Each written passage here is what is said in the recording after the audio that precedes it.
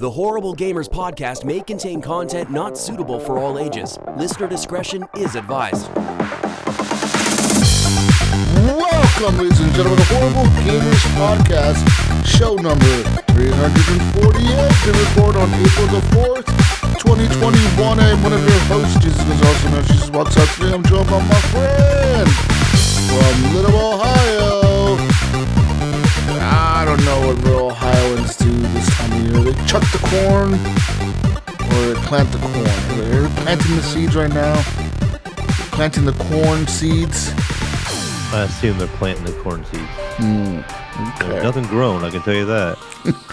Okay. What kind of crop is a corn? Does it grow in the fall? When does it grow? Late summer? It's midsummer, then they harvest it in the fall. I can tell you exactly when. You know, it's like a Halloween time, and you get all the dead corn stalks. You're right. That's when they're, You are right. It is during Halloween time. You got all the corn stalks and the scarecrows and shit. Out in the fields, Anyways. they get to like 6 foot tall, and then, about October, you can get out there and do the corn mazes here in Ohio for fun. They make little pathways, you can run around through there and get lost and pay people to do it. Well, welcome to the show, Steve Willier, also known as the Mayo. Welcome back. Welcome. Hello. Hi. How's it going? It's going. It's going. What do you want me to say? Also, our friend Gunny Chief couldn't be here today. I mean, what's with this guy, right? He shows up sometimes he doesn't. Half the time he's gone.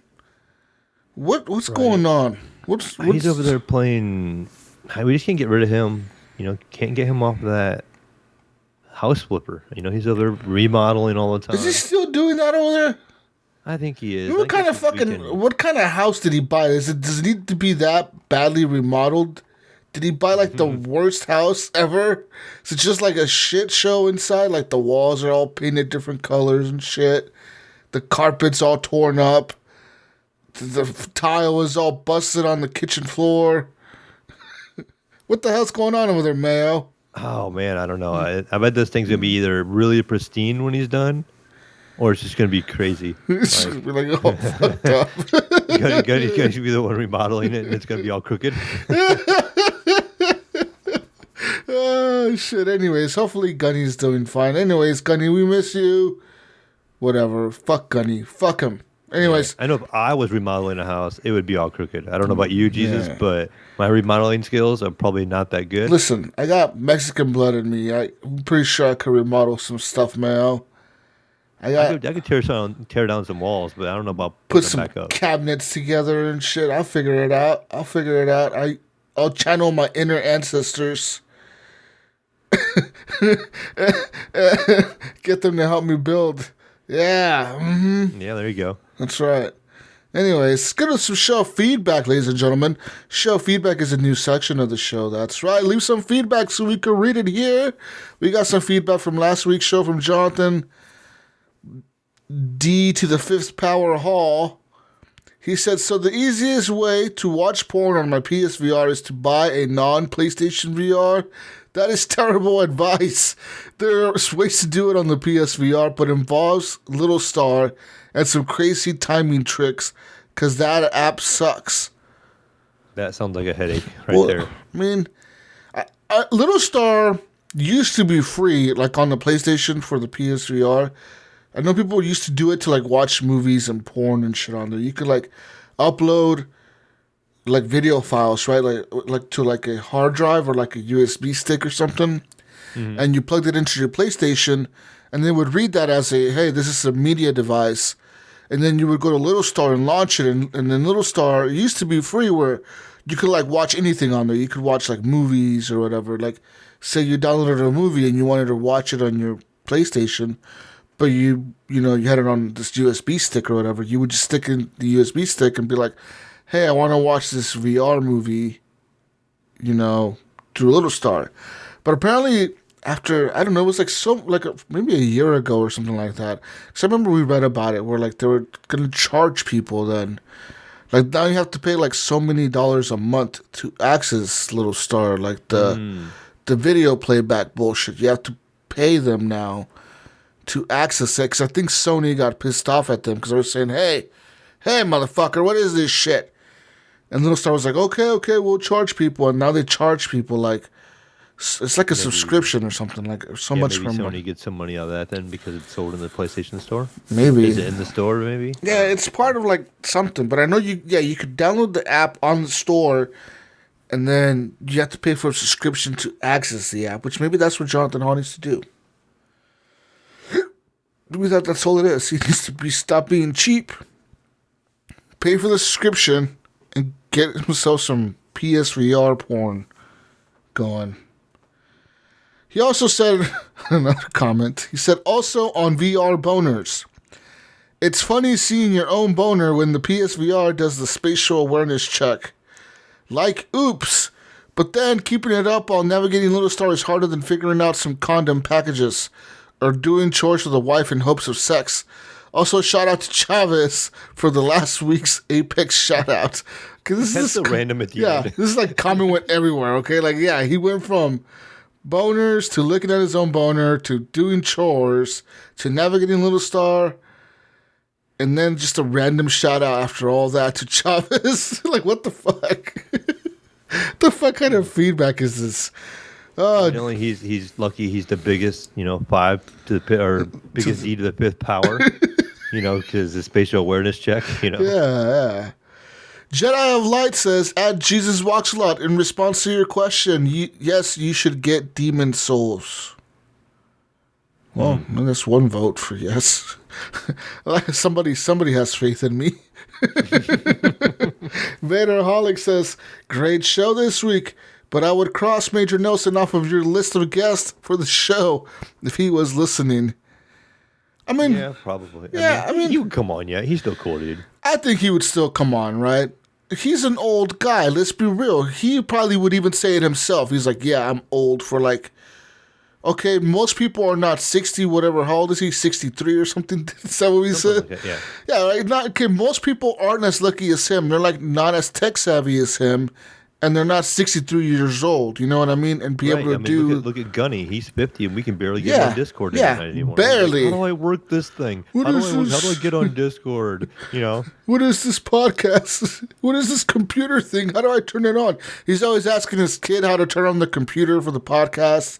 Right. Hey, Where's Kyle, how do I turn on this computer thing over here? Where's the power button? He's trying to look for the power button for the computer. Can't find it. Doesn't know how to turn the switch on in the back. Nothing. He doesn't know anything, Mayo. If people knew, all right, there's like 3 hours of setup for this podcast, and like, at least 2.5 of those hours is Gunny trying to turn on his computer and launch Discord. Every single night, Jesus and I are sitting there talking through the steps. Okay, Gunny, you sit down in your chair, you pull it up to your desk. Yeah. He powers down his PC for some reason with the power switch on the back. You got to turn that on. Then you got to hit this power switch on the front. And he's like, what? I have to hit 2 power switches? Yeah, this is crazy. I'm going back to my Xbox. And then we got us talking back into getting on the PC again so we can record. Hey guys, how do I unmute my mic? He's trying to figure out how to unmute his microphone for another 2 minutes. Gunny. Well, the thing is like, when does he figure out how to mute his mic? He does it by accident. Yeah, and then he does, And he's like talking, and then he don't know how to turn it back on. Yeah, and then he's like, oh, sorry, guys, I've been talking for the last 20 minutes on the show, but you guys didn't hear anything because I had my mic muted, and my camera has been off because I don't know how to work my camera either. I mean, I'm just saying, Major Nelson is welcome on the podcast. Okay? That's all we're saying, Major. I mean, we talk shit, but it's all in good fun. I'm sure you're probably talking shit about us too. So cool. Shirt Pocket says, can we have Gunny use his soft voice for the whole show? Maybe next week. Maybe we'll get him to try to use his soft voice. Oh yeah. That's a very weird request, Shirt Pockets. It's a creepy request, but we'll let it slide, okay? You're a Patreon. You get to ask me these kinds of weird things. Speaking of Shirt Pockets, he wanted to come on today, Mayo, but he was like, "Oh, it's too late for me, man. It's too late. Oh no." Oh, how can it be too late over there in the West Coast? I know, that's what I said. I'm like, dude, what are you talking about? Like what? Like 7, 8 o'clock your time right now? 8:20, something like that. It's early as shit over here, man. This party Central Time. Yeah. Anyways, follow us on Twitter _horriblegamers. You can also leave feedback there, where Gunny will make sure every week to check and get it to us. Just gave Gunny another task. How do you work the Twitters? How do you work the Twitter? Right. The guy that we say can't do tech, we give him all the tech work. Anyways, leave us a review on iTunes and all that good stuff. Thumbs up on Stitcher. All that. Shout out to Facebook. Join our Facebook Horrible Gamers podcast community on Facebook. It is a close group, so everything you post in the group stays in the group. We also, I know we talk about like it's like a community group. It is, it really is. It's not like we are in there, but really most of the conversations are within community members. Like people are talking to each other, playing games, having fun. If you need someone to play with, just legit go in there and post, "Hey, does anyone want to play Outriders with me on the Xbox?" And I'm sure you'll find a group of people to play with you. And it doesn't have to be like a brand new game. Say you really like playing Sea of Thieves or something. I'm pretty sure you get in there and find a group of Sea of Thieves players. You could even jump in there and ask if you want to play Titanfall, and Jonathan will be on there quickly. Jonathan will get you hooked up and linked up with the other 12 people in the world playing Titanfall. It's kind of funny because I actually was playing some Apex this week with Jonathan and Dirty Bite, and Dirty Bite was talking about playing some Titanfall with Jonathan, and Dirty Bite was like, "Oh yeah, Jonathan's so good at this game." I'm like, he has to be. As long as he's talked about this game and played it, he should know like every aspect of this game. And he's like, "Yeah, Jonathan's baller in Titanfall." Yeah, I'm not gonna lie, Jonathan is pretty good in Titanfall, but I could still beat him probably in a 1v1. I'm just saying, I beat him at Gears, and I don't even play Gears. Right? He was like all like way ahead of me, like, "I'm gonna kick your ass." Jesus, I was scared. Oh yeah. And then I headshot him like 6 times in a row, and I was like, okay, I could totally kill this guy. This guy is not a chance. Okay. I can just hear Jonathan right now doing that little scream he does when he's getting hit and he's running for his life. I heard it a lot in Apex. Yeah. When we're playing together. He's like, "I'm dying," and he's like running, trying to find cover.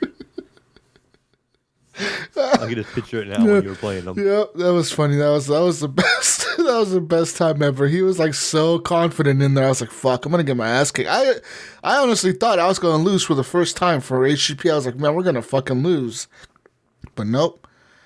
And then he was like, "Oh, that was your lucky map. I don't like to play that map often." I was like, "Okay, then pick another map," and he picked some other map, and they still beat him. Yeah, that kind of like, remember that led into the whole GF&G and HGP playing Call of Duty against each other. Remember? And he came in all confident, and we kind of picked on him a little bit. That was pretty good. Good times.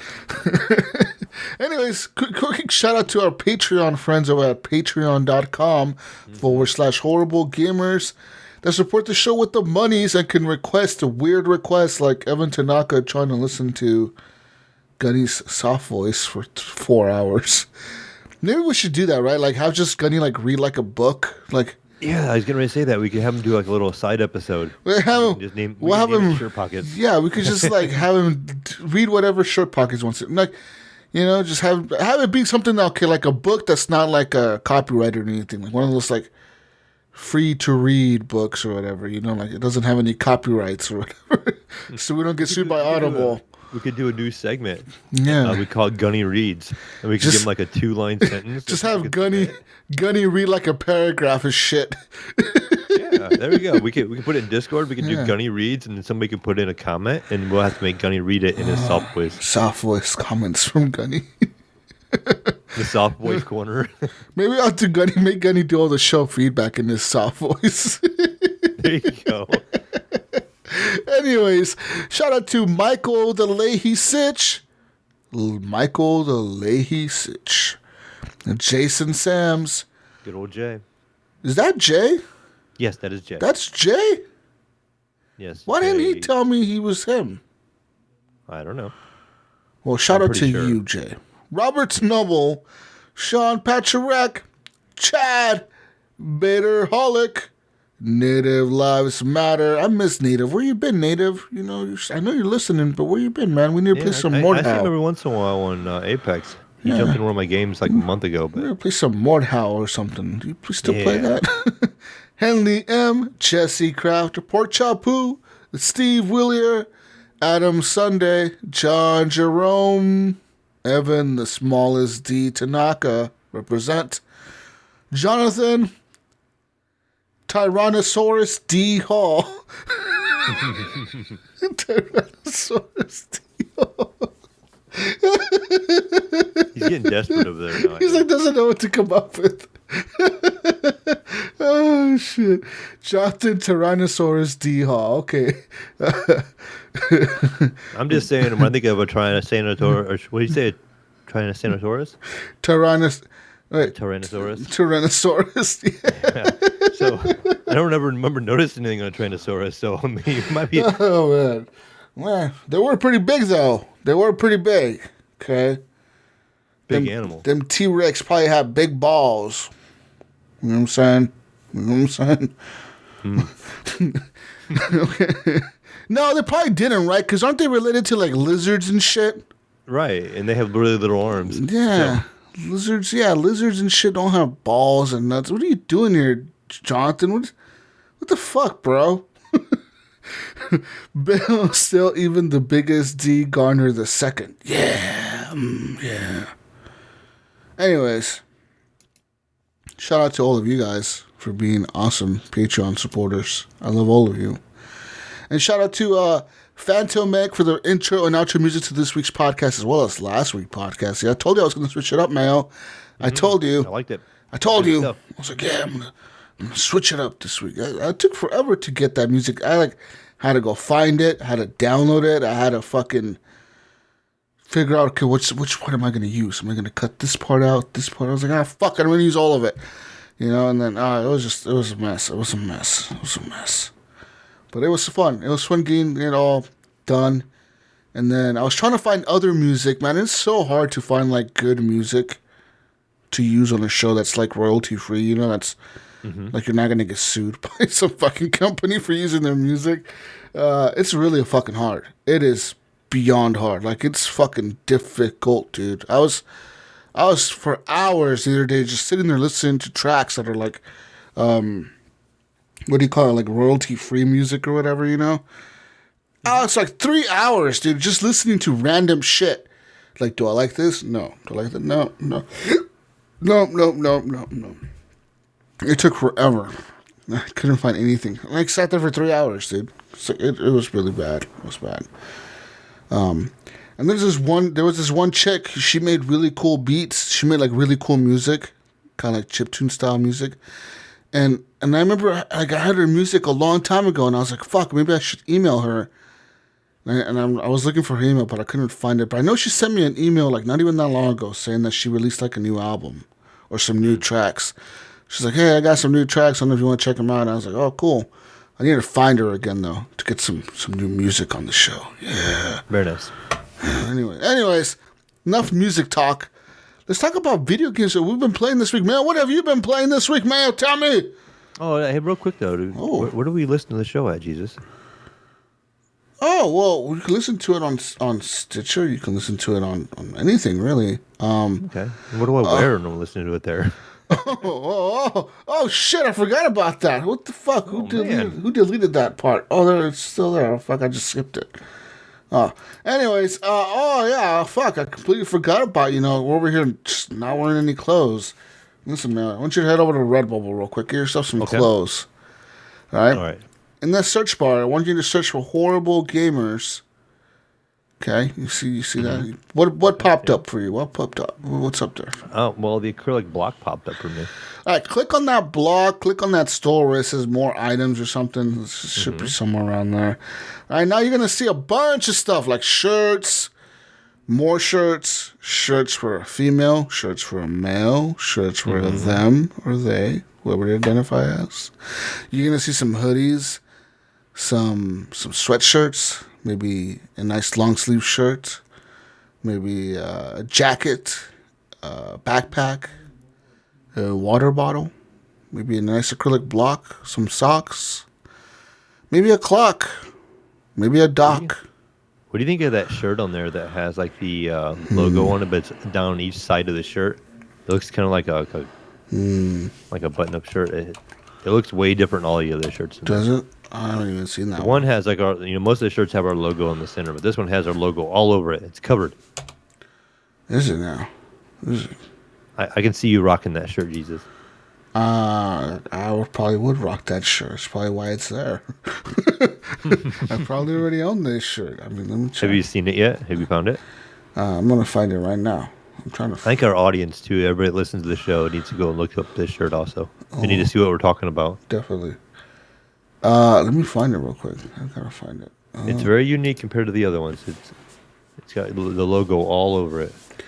Oh, that one looks pretty cool, man. I can see that, like a nice, very unique shirt there.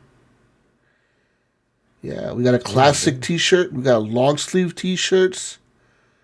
We got hoodies. We got tank tops. We got pullover sweaters. All right, man. You like pullovers? You get yourself a nice pullover. Yeah, the pullover. I like the zip up ones though. My personal preference. I like pullovers and I like hoodies. Zip up ones are okay too, I guess. You know, they're alright. They're alright, man. They're alright. You know, we got some nice premium T-shirts. Ooh, premium scoop T-shirts. I like the premium T-shirts. They feel so nice. Yeah. Anyways, we got some iPad skins, some iPad snap cases. This is right. Why is this iPhone? No, why is this? No, we got new iPhones on here. Yeah. It's kind of weird how the store works. I remember Leahy talking about that. Yeah. I know it came up with like the iPhone 6 if you do it in one thing, but then they have another one for iPhone in there, and you just got to kind of be more specific. Well, they got like click on it. But. Okay, so right now they got an iPhone skin, right? So it's like a skin you put on your iPhone. They have an iPhone snap case. I think the snap case is the new ones. iPhone soft case. Assuming that's like more like a jelly type. And they got a tough case. What is a tough case? And they also got some for the Samsung Galaxy phones. Yeah, this is my problem though. I am disappointed because I do not have an HTP. Okay. Listen. Once because they don't make it for my phone. Once you click on the case you want, you can select what kind of phone you have, like iPhone 7, 12. It goes up to the newest one, the iPhone 12 Pro or whatever, Pro Max. Right. But you remember me? I'm on Hobo Android over here. Stupid Hobo Android. And I have my Galaxy, which is still in the Samsung lineup, but I have the Note 20, and it's not in there. You can only do the Galaxy phone. Yeah, well, guess what? They don't make it. Fucking suck, man. That's why. Yeah, something out, buddy. Huh? I know, right? They're going to put an iPhone 6 on there, but they won't put the new Note 20 on there. They got all the iPhones on here, but not fucking... But why is that? Why is it when you go to the store, you see 900 iPhone cases and you see like 5 old... Because no one cares about Android, Mayo, okay? No one gives a shit. If you drop an Android, you replace it for like $10, okay? It won't break. No, you just replace it for like $5 or whatever. How much does that phone cost you? Like $2? Take it to the Dollar Tree and tell them, hey, I dropped my iPhone outside or my Android outside. Can you give me a new one? And they're like, oh, here you go, sir. Here's a new Android. Okay. Yeah, just take it back to the Dollar Tree and tell them you want a new one. Remember, I get to keep my charger. Anyways, you could also buy comforters and a classic mug. I like that mug. You get a travel mug, a tall mug, a magnet, a spiral notebook. You know, that's the thing nowadays. A mask, a tote bag. You know, when you go shopping, because nowadays they charge you for bags everywhere. You know, here in Oregon, at least they do. Do they charge you for bags in Ohio? Like for shopping? Yeah. No. Like if you go to the store and you want like a bag, like say you buy like, I don't know, I bought a gallon of milk and bread or something. No, like say you bought bread and eggs and you went to the store and they ask you, do you want a bag? And if you say yes, they charge you 5 cents for that bag. No, they do not do that here. Yeah, that's... It's like Because your cost of living is so low out there in Portland, you need to pay for your bags too. Yeah, we do. And I figured, why not? You probably have all this money because your cost of living is so bad low, out there. So low, You make so much money by your housing cost. Yeah, that everything's so cheap out here. Bags. Started to charge us for bags too. And I'm just saying, man, we're trying to save the planet, all right, you motherfucker. What are you guys doing over there to save the planet? But we're giving everybody, we're doubling the bags up. We're like, here, put 3 bags on can of milk. You don't want it to break, so we can get 3 or 4. So you need 5 bags for this one soda? Here you go, sir. my 20-ounce drink over here, I need like 15 bags. Make sure I double bag this loaf of bread for you so it doesn't fall through. Then you know how when you like every once in a while, like if you do the bags yourself and like a whole chunk of them comes out at once? The guy just gives you the whole chunk. Here you go, sir. 30 bags. Take it home, sir. Yeah. Use them as trash bags. We don't care. So I could technically take these bags. I should keep them now, and I should just mail them out to you. And I can save you all sorts of money. No. That's what I'm saying. I'm telling you, man. Like, the people need to know that, like, HGP is trying to save them money, okay? If you buy the tote bag, then you just use the tote bag every time you go grocery shopping. Because, okay, listen. You want to look like some kind of hobo-ass Walmart shopper, okay? When you go to Walmart, you don't want to pull out the Walmart branded tote bag. Like, what the fuck? Nothing says like loyalty, like when you bring in the Walmart bag into the Walmart. Yeah, store. that looks stupid as fuck. But if you pull out an HGP bag, it's like, whoa, look at that guy. He's got a tote bag, and it's not even a Walmart one. Wonder where he goes. And he has really good taste. Look at that taste. He must. Look at that. It matches his shirt. Look at that. It matches his shirt and his phone case. Oh, wow. Dang, this guy's like styling over here. Yeah, because you bought the shirt and then you have the phone case. That's the HGP phone case, for your iPhone 12, Mayo. And then you got the tote bag, and then oh, whoa, look at his socks. And it's like, you got the HGP socks on. Boom, styling, motherfucker. You got the drip. That's right, Mayo.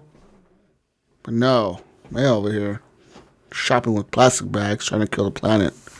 That's right. Motherfucker, Mayo. Anyways, yeah. Just so you know, man, this is a FYI. This is some people get into arguments with cashiers and shit when they come to Oregon, like as travelers. Like, you motherfucker, how dare you try to visit? Check mark. Paying for bags. Yeah. And can't pump my own gas. I got this. I'm telling you, Mel, do not jump out of your car and try to pump your own. They will fucking tackle your ass, dude. I'm telling you, I've seen it happen where, like, people come from, like, California and shit. They got, like, California plates.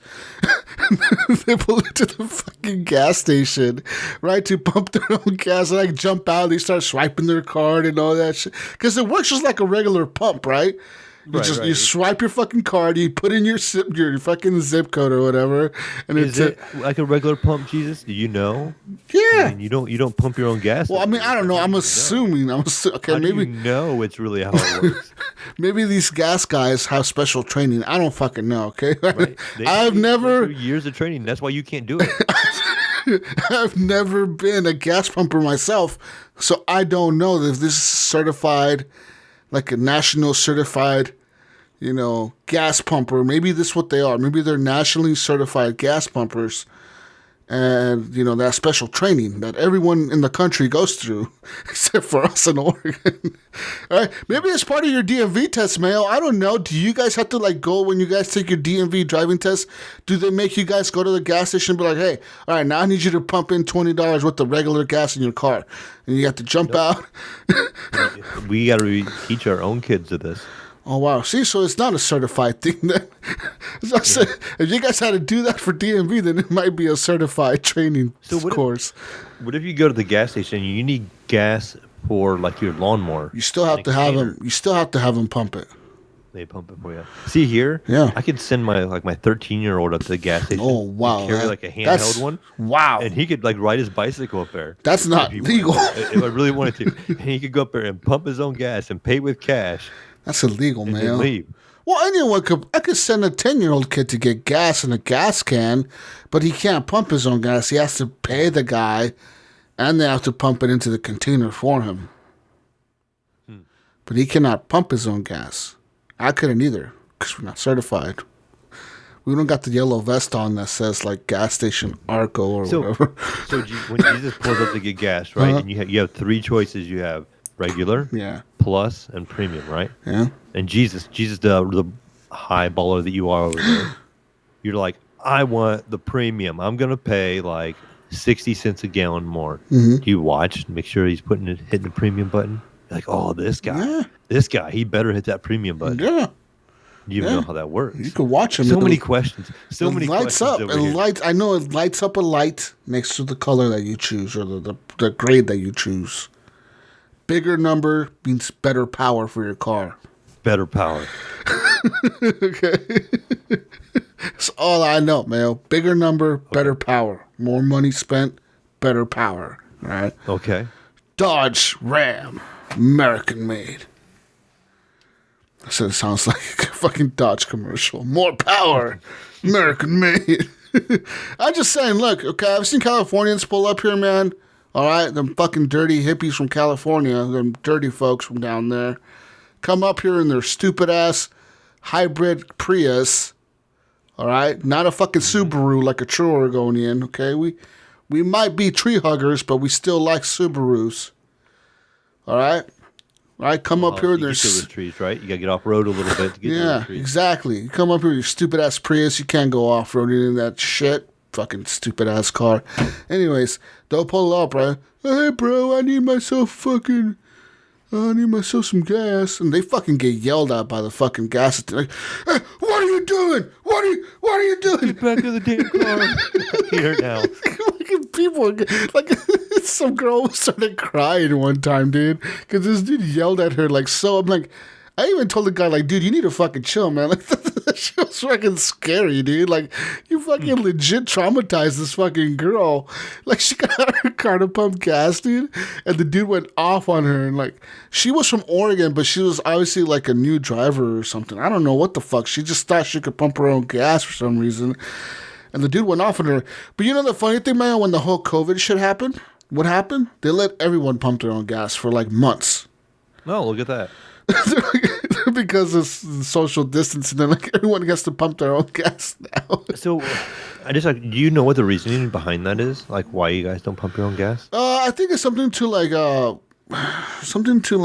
where like saves the forest or something like that. Way you don't have to like you don't pump fucking gas and like put it in like a gas container and take it to the forest and light it on fire or some shit. I don't fucking know, Mayo.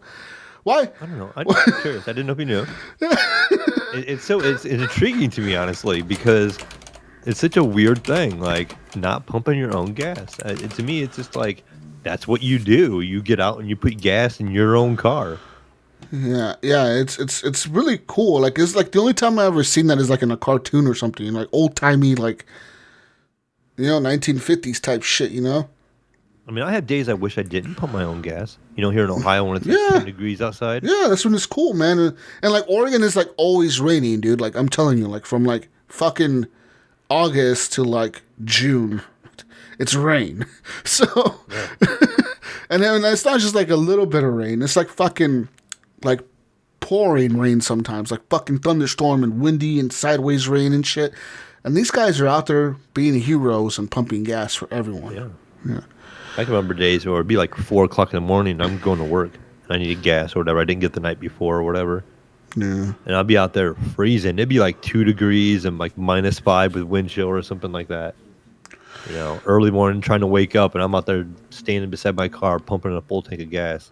Half the time it's not even worth it. I'm like, $10 it is, and then I'm going to get gas after work. All right, so so I'm reading up right now on why Oregon... Like, why Oregon you can't pump your own gas. So, in Oregon, Mayo, I'll give you some facts here. The state fire marshal, the Oregon state fire marshal, is responsible for enforcing this law.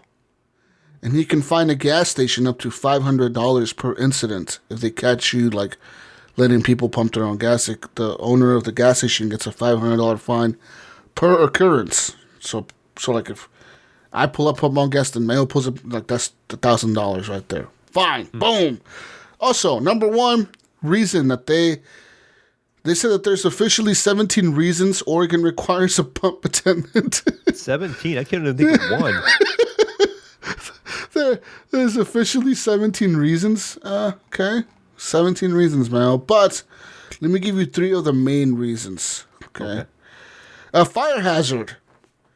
The dispensing of Class 1 flammable liquids by dispensers properly trained in an appropriate safety procedure reduces fire hazards directly associated with dispensing of Class 1 flammable liquids. So these guys are trained professionals, man, okay? They know how to dispense that fucking gas into your gas tank. People here aren't trained, and I don't think we have too many gas station fires. How many gas... Okay, but even one gas station fire can be prevented, man, okay?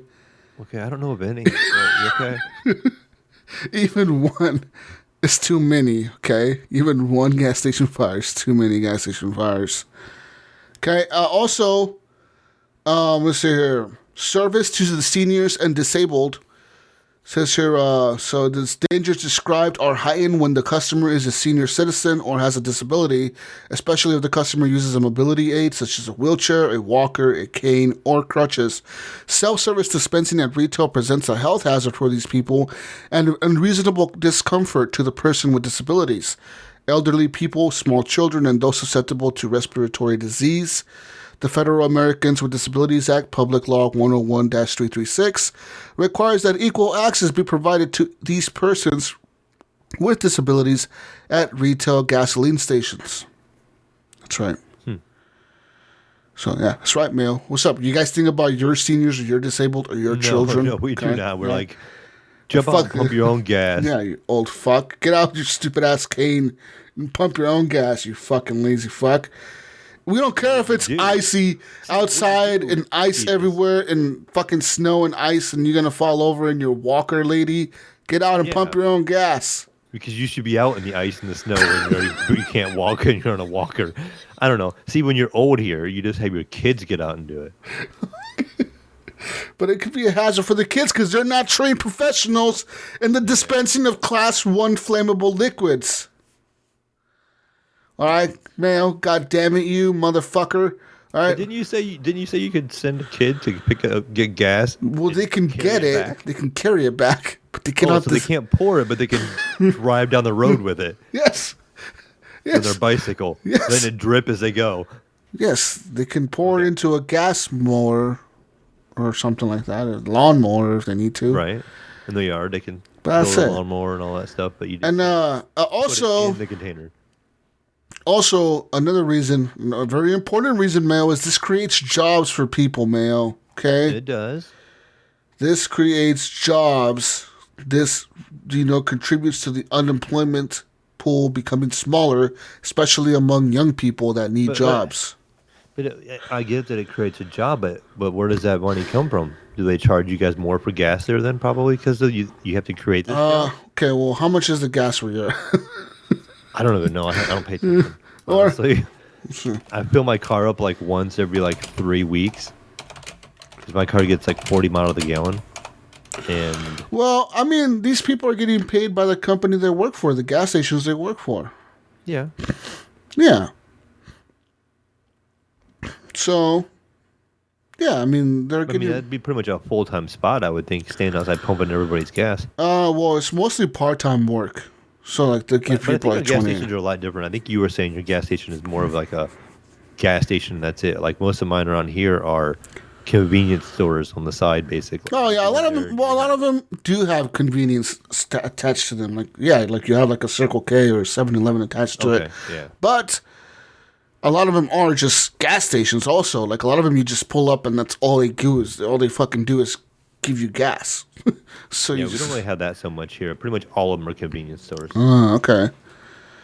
Yeah, I mean, I don't know where the money comes from to pay these people, but I'm just saying, okay? These are just a few reasons why we are the best state in the world.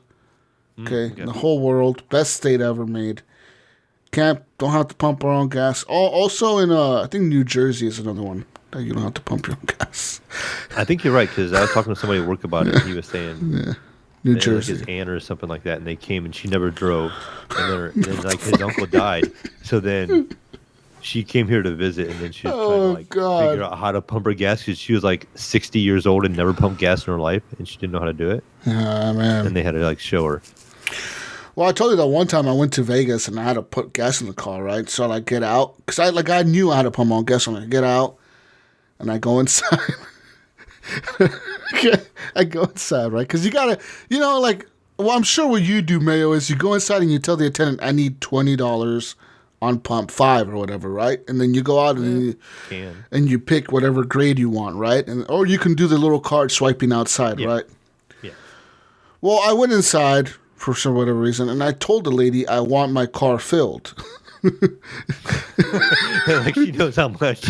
Yeah, she had no idea like what the fuck I was talking about. I'm like, because in Oregon, that's what you tell them. Like, I want my car filled. Like, just fill it up. It doesn't, like, it could be. In Ohio, we do things like math. So we're like, okay, my car is a 16-gallon tank. I have a quarter tank left, so I'm probably at about 12 gallon. So I need, or 4 gallon. I need about 12 gallons. So 12 in Oregon, is $4 an hour. So I need about this many dollars. Yeah, bullshit. Here in Oregon, we just tell the guy, hey, fill it up, and then. And whatever, you get a fucking receipt at the end. It tells you $26, $28. All right, so I'm telling this chick, hey, I need the car filled and pump whatever. And she's like looking at me like, what? I'm like, I need the gas filled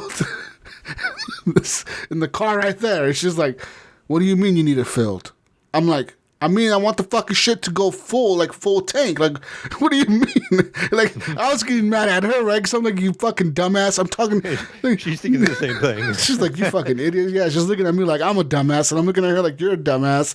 Like, how do you not know what filled means? It means fill the fucking gas tank. And she's like, do you want like $40? She's like, do you want like $60, $100? Well, I'm like, well, whatever. I was like, what do you think it's going to take to fill it? I was like, I don't fucking know. I was just like a rental car or something. I was like, I don't know. Like, I never drove this fucking car before. I don't know how much it takes or what it takes to fill it. And she was just like really confused. And it was just a real awkward situation. I ended up putting like $40 or something. Yeah. So my question for you then, if you run into this situation in Ohio, so okay, I go in and say I'm going to prepay today. And I'm going to guess and say I want to put $40 in my car, okay? And then I go out there and I pump my gas, and it fills at 25. Then what do you do? I have no idea. What do you do then? What do you guys do? So, do you guys get your money back? It depends on the station. Yeah, they don't actually charge your card initially, so it only does like the dollar deposit kind of thing to verify your account, and then when it completes the sale. Then it charges you that amount. See, in Oregon, sometimes the gas stations do it backwards, man. They charge you $100 right off the bat off your card. Ooh. And then whatever you use, they deposit whatever you don't use back into your account.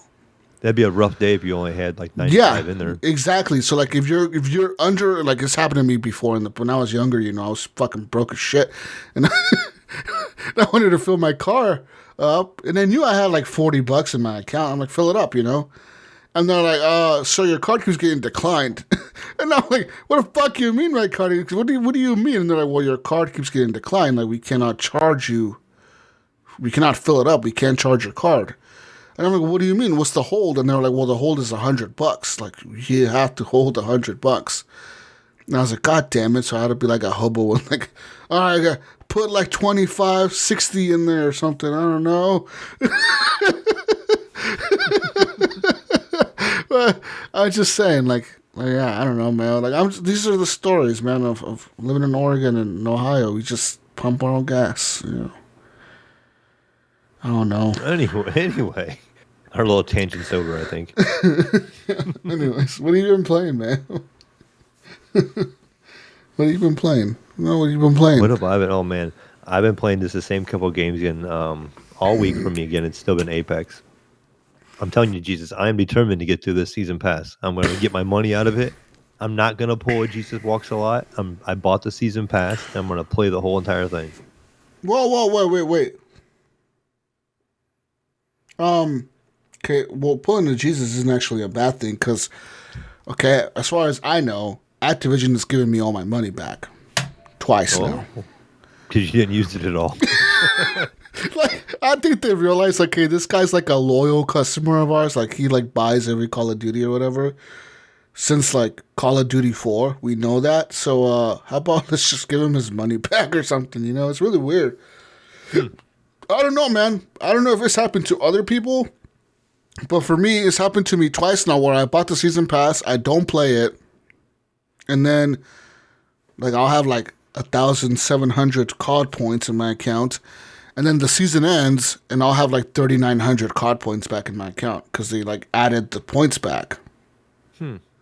That's interesting. Unless I'm somehow like auto paying for points and I don't even know it. Yeah, it's probably automatic. Charging my card. That does not sound like an Activision thing. To give you money back. Yeah, it doesn't, I'm right? Just saying, I would probably be nervously looking at my credit accounts. You probably have a credit card out there somewhere that's probably got like this huge balance from Activision. $400 from Blizzard. Right. You just thought it was the Dairy Queen or something. I thought it was thought it was my gas card. Fuck. There you go. Oh shit. It's fucking Blizzard charging me every fucking month for COD points, and I'm just thinking they're being generous, and they're just fucking charging me for it. Auto renew, and you're like, oh, they're like, these awesome people. I love Activision. They're the best company ever. Oh man, you're right, man. I should check my accounts. Fuck. But yeah, I mean, yeah. So I've been playing the heck out of Apex yet. You know, I pretty much play every single day. Jesus, you know what? I go on there and do the dailies even because the dailies are giving me some levels. Ooh. And all right, so what's the new currency? What's the new currency in Apex? So I know there's the red tickets, right? That's like the hidden one. That's the one you use to unlock the characters. Yeah, there's you get that one just by leveling up, right? There's Apex coins. The AC, which is the actual Apex coins. Yeah, those are the ones that you pay for the season pass with, and they're pretty hard to get. Like I know in the season pass you get your money back, right? If you beat it. Yes, if you don't spend any of them, like you can't. I think it's like $9.50 or something like that. Yeah, and I think you can earn 1,000 is the way it kind of so works. you can spend 50, but there's really no way to spend 50 because everything costs like 200. Multiple hundred. Yeah. So like they get you. So if you go to the store, like if you want like one skin, they'll do like a little skin pack. You're like, ooh, you want this new Bloodhound skin? We'll give you this Bloodhound and a gun skin, you know, for that flatline or something like that. 300. 1,800. Oh my God, Jesus! It's like the price of 2 season passes. That's where they get people, right? Because I know Fortnite is the same way. Fortnite, I know there is certain skins, for example, like the God of War skin. I know that was one of the big ones. The Tomb Raider one is another one that, like Lara Croft. Like I know Lara Croft, you can get like the old version Lara Croft, like the triangle boob Lara Croft, or the new one. You get the new one. Kind of cool, even though I don't play Fortnite. I find that cool. Like if there's like a specific kind of character I would like. 'Cause I know they did Street Fighter. My son was saying they did Street Fighter characters. I'm like, oh, it'd be kind of cool. You could be like Ken and Ryu on Fortnite. Yeah, you could. You know, if you had a favorite character, it'd be kind of neat. You know what? That's the one thing that I do like about Fortnite. You're right that they do have these recognizable like characters, and the cool thing is you can literally play like as Master Chief on your Nintendo Switch. And there's so many of them now. Like you see, like I said, Everything. Street Fighter characters. You see John Wick. You see, what else? So the original Fortnite characters. You see, you know that was it that battle in that Ready Player One book where they talk about how like there's a battle and there's like all these fucking characters from like different. Yeah. That's what Fortnite is. It's that fucking battle. There's characters from like every fucking universe in the world. Yeah, it's like look. Right, even movies like John Wick, like that's a character from a movie, dude. Marvel characters, yeah, your superheroes, you know. And that's really cool. Apex is just gives you a lame different color scheme or something like that. Or hey, we painted a little different. We're gonna charge you $20. Bangalore is now wearing red. It's $20. Camo. She gets some piercings now. Oh, you know? But yeah, I mean, besides picking on their store and how they do that, but like the season pass, to me, I don't know. It's only I think $10. I think, but if you put a value behind the points, right, and you have 110 levels, and you pretty much get something for every level. Mm-hmm. But some things are pretty meaningless. You know, like this one is a banner for your character for when it shows your name and it shows your character, it shows the banner. So there's a banner. There's a stance for your character. There's a skin for your character. There's a kill quip. You know, you have all these little things that I feel like are just kind of a waste. Yeah. And so they give you those throughout the season pass. So like a lot of them I'm not very excited for. I'm like, okay, this is cool. Move on to the next one. I want the next one, you know. And usually I kind of would go through the season pass and be like, oh, that one looks cool and that one looks cool. But there are all this stuff in like level 90, you know, level 100 once you max it out. And then they do this little bonus thing where it's like the last 10 levels, there's nothing. So from level 100 to 110, you don't get any rewards until you hit 110. And they give you a gun skin for the same gun they give you a skin for at 100. So like I get this green gun skin for level 100 and it turns white on level 110. Whoa. So Whoa. yeah. Best gun skin ever. Best. And then too, it's kind of weird too because you can buy, you can buy levels in Apex with these Apex coins. So Jesus, if I was like, like you, and I'm not playing the game very much, and I bought the season pass, and I was like, I had Apex coins left, right? I could be like, you know what, I'm just gonna buy my way through this, which would probably cost you a lot of money, but you can buy like one level for I like did the 150 math. coins. I did the math. It was like, like it was like $200 or something to buy your way through the whole season Yeah, pass. I bet it's ridiculous. Well, it's like they're heirlooms, the specific character, like the knife for Wraith, and they have like that axe for Bloodhound and stuff. Those things, I think, to get them are like $200 if you had to like actually buy them, and you can't even buy them in the game. Like you can't go back in the game now and just buy one. If I want to say, you know what, screw it, I'm a big Apex guy now. Jesus, I'm going to be a streamer, and Wraith is going to be my main. And all the good streamers, Jesus, have that knife. When she's running around, they have the knife out there and just twirling around. But I'm late to the game, and I can't get that knife. You can't buy it. There's no way to obtain that knife. You gotta buy like Ninja's account. Yeah, you gotta buy somebody's account with it. Hey, Ninja, I need your account, Ninja, motherfucker. You sell me your shit.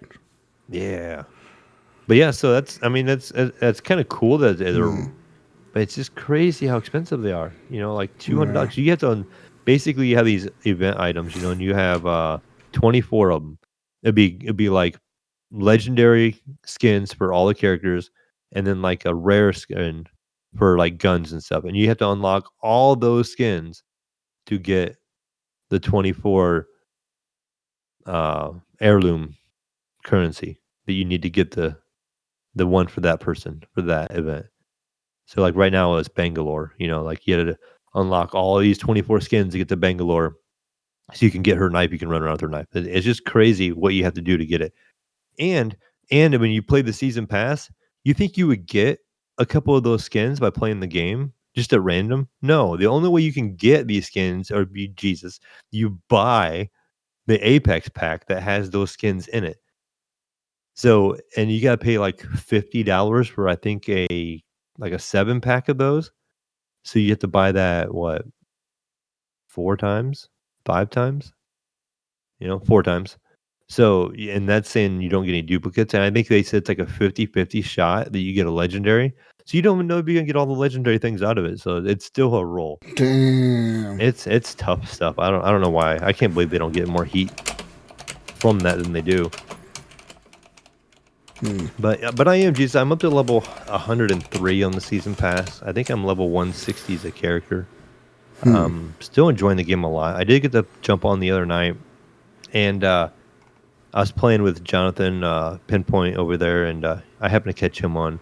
And so we played a couple. He caught him warm up rounds, so we ran some duos together, and we played a couple good rounds. We died pretty early, And then he's like, I think my buddy Dabs is on, so I'm gonna invite him. And so we get Dabs, right? And so what are we gonna do? Jonathan's over here with his Xbox. Dabs is on PC actually, and I'm on PC. We can't use Discord. You know how Pinpoint is. He won't use Discord. So we get on the Xbox app. So I get in there, and Pinpoint can't hear me. So I got to mess with all my audio settings. I finally figured out how to change my audio, and the Xbox app on my PC changed the way my audio was set up again. And I had to go change, to my mic and my output device specifically and all that stuff. So I finally get it so I can hear him. So what happened? Dab gets in about a half hour later because we invite him. He's on PC. He can't hear us. We can't hear him. So we're like, I'm having Pinpoint through voice tell Dabs what to do, And Pinpoint's third person over here, like trying to type over my instructions to him. And finally, after like 10 minutes, Dab gets it, and he's like, "Oh my gosh, thank you." He's like, "I was trying to figure this out all day, and it's pissing me off." That good old Xbox app on the PC that makes things difficult sometimes. But so then we're able to use the Xbox voice chat. 'Cause we don't use in-game. The in-game is kind of bad. It gets drowned out a lot of times by the characters talking and the drop noise and all that kind of stuff. So we were using the separate chat so we can kind of make it louder than the game. But we had a good time. We played a bunch of rounds that night. Didn't really finish real great. We had fun. We had fun shooting people. We played a lot of Jesuses. Jesus Walks a lot was shooting poor Pinpoint quite a bit. He was running for his life, getting hit with headshots. Did some crawling. Have to revive him a couple times. He revived me sometimes. He had some kills. He had some rounds where he actually, he had a couple kills, or none of us would have a kill except for Pinpoint. He would get a kill. He's like, "Yeah, I'm pretty bad because I did good." He's proud of himself. We'd pat him on the back. And we had Dabs on there. He was level 6, so he was a little new, but he wanted to push like super hard. So he was like, "Let's go." Damn. But yeah. I think he has some Call of Duty practice maybe or something, or maybe some Titanfall practice. But I mean, he did pretty well. But the other thing too, Jesus, is since I'm this pro Apex player now, level 102 on my season pass, what do all the pro Apex players use? New monitors. New monitors. I had to go out and buy myself a new monitor because I can't consider myself a big name Apex player until I had the big name monitors, right? So like Brink, I've talked to Brink a little bit. I ran out and bought myself a 280 hertz monitor to play my shooters on. Okay, you. So, yeah. So it's a 1080p, 280 hertz because they don't make them, I don't think. They might make a few 1440, but I don't know if they make them that high because you're not going to get that kind of frame rates at 1440 resolution. But so my only concern was it looking a little washed out, because you're going 1080p again and it's a 27-inch monitor. And it doesn't look too bad. It does get a little gray in the black sometimes because of the size. And it does have an HDR, but it's like HDR 400. So it's not real bright. And when you kick it into the like the overclock mode, they call it, because I think out of the box it comes at 240, and you have to enable this, what they call an overclock. It makes it go to 280. And when you do that, it turns off the HDR. So like I don't get to use it. I have to sacrifice. I have to sit there and choose, Jesus. Like, do I want HDR or no HDR? Do I want frames or do I want color? So they're like, well, all the pros use frames. So, well, since I'm pro now, right? Yeah. I want all the frames. All the frames. But yeah, so I pretty much run the game on like low settings now to get that high frame rate. And I've been playing through it and enjoying a little bit. My first night of having it, I did play really well. I mean, my first round, I had a bunch of headshots. I was getting pistol damage, which I don't normally do. I missed a lot of shots with the pistol, and I was hitting people. I'm like, "Oh, this is pretty badass. I'm doing good." The next day, nah, I didn't play. I was back to normal Mayo, normal Mayo skill. So I think I was just having a good night that night. Had some good lobbies too. So, but it is really smooth. I do notice a little bit of a difference. People say you don't notice as much of a difference between 1440 and 280 or 240 than what you did from 60 to 144. Yeah. It is a little bit of a difference, but I think it's a bigger deal that it goes from, you go from 60 to 144. That's the bigger, like, wow kind of factor. So, but it's neat, just kind of adjusting the way my monitor layout is now since I changed the monitor out. And so kind of adjusting to that, and so all that fun stuff. I haven't tried playing any other single player games like that because I think I'll go to my other monitor for that. So the 1440 one at 144, I still have that one, so I can play on that monitor when it comes to playing games like Horizon Zero Dawn or Death Stranding or Outriders or something like that. So if I want those colors, I want those graphics, I would definitely probably play on that monitor instead, which is pretty easy. Nice.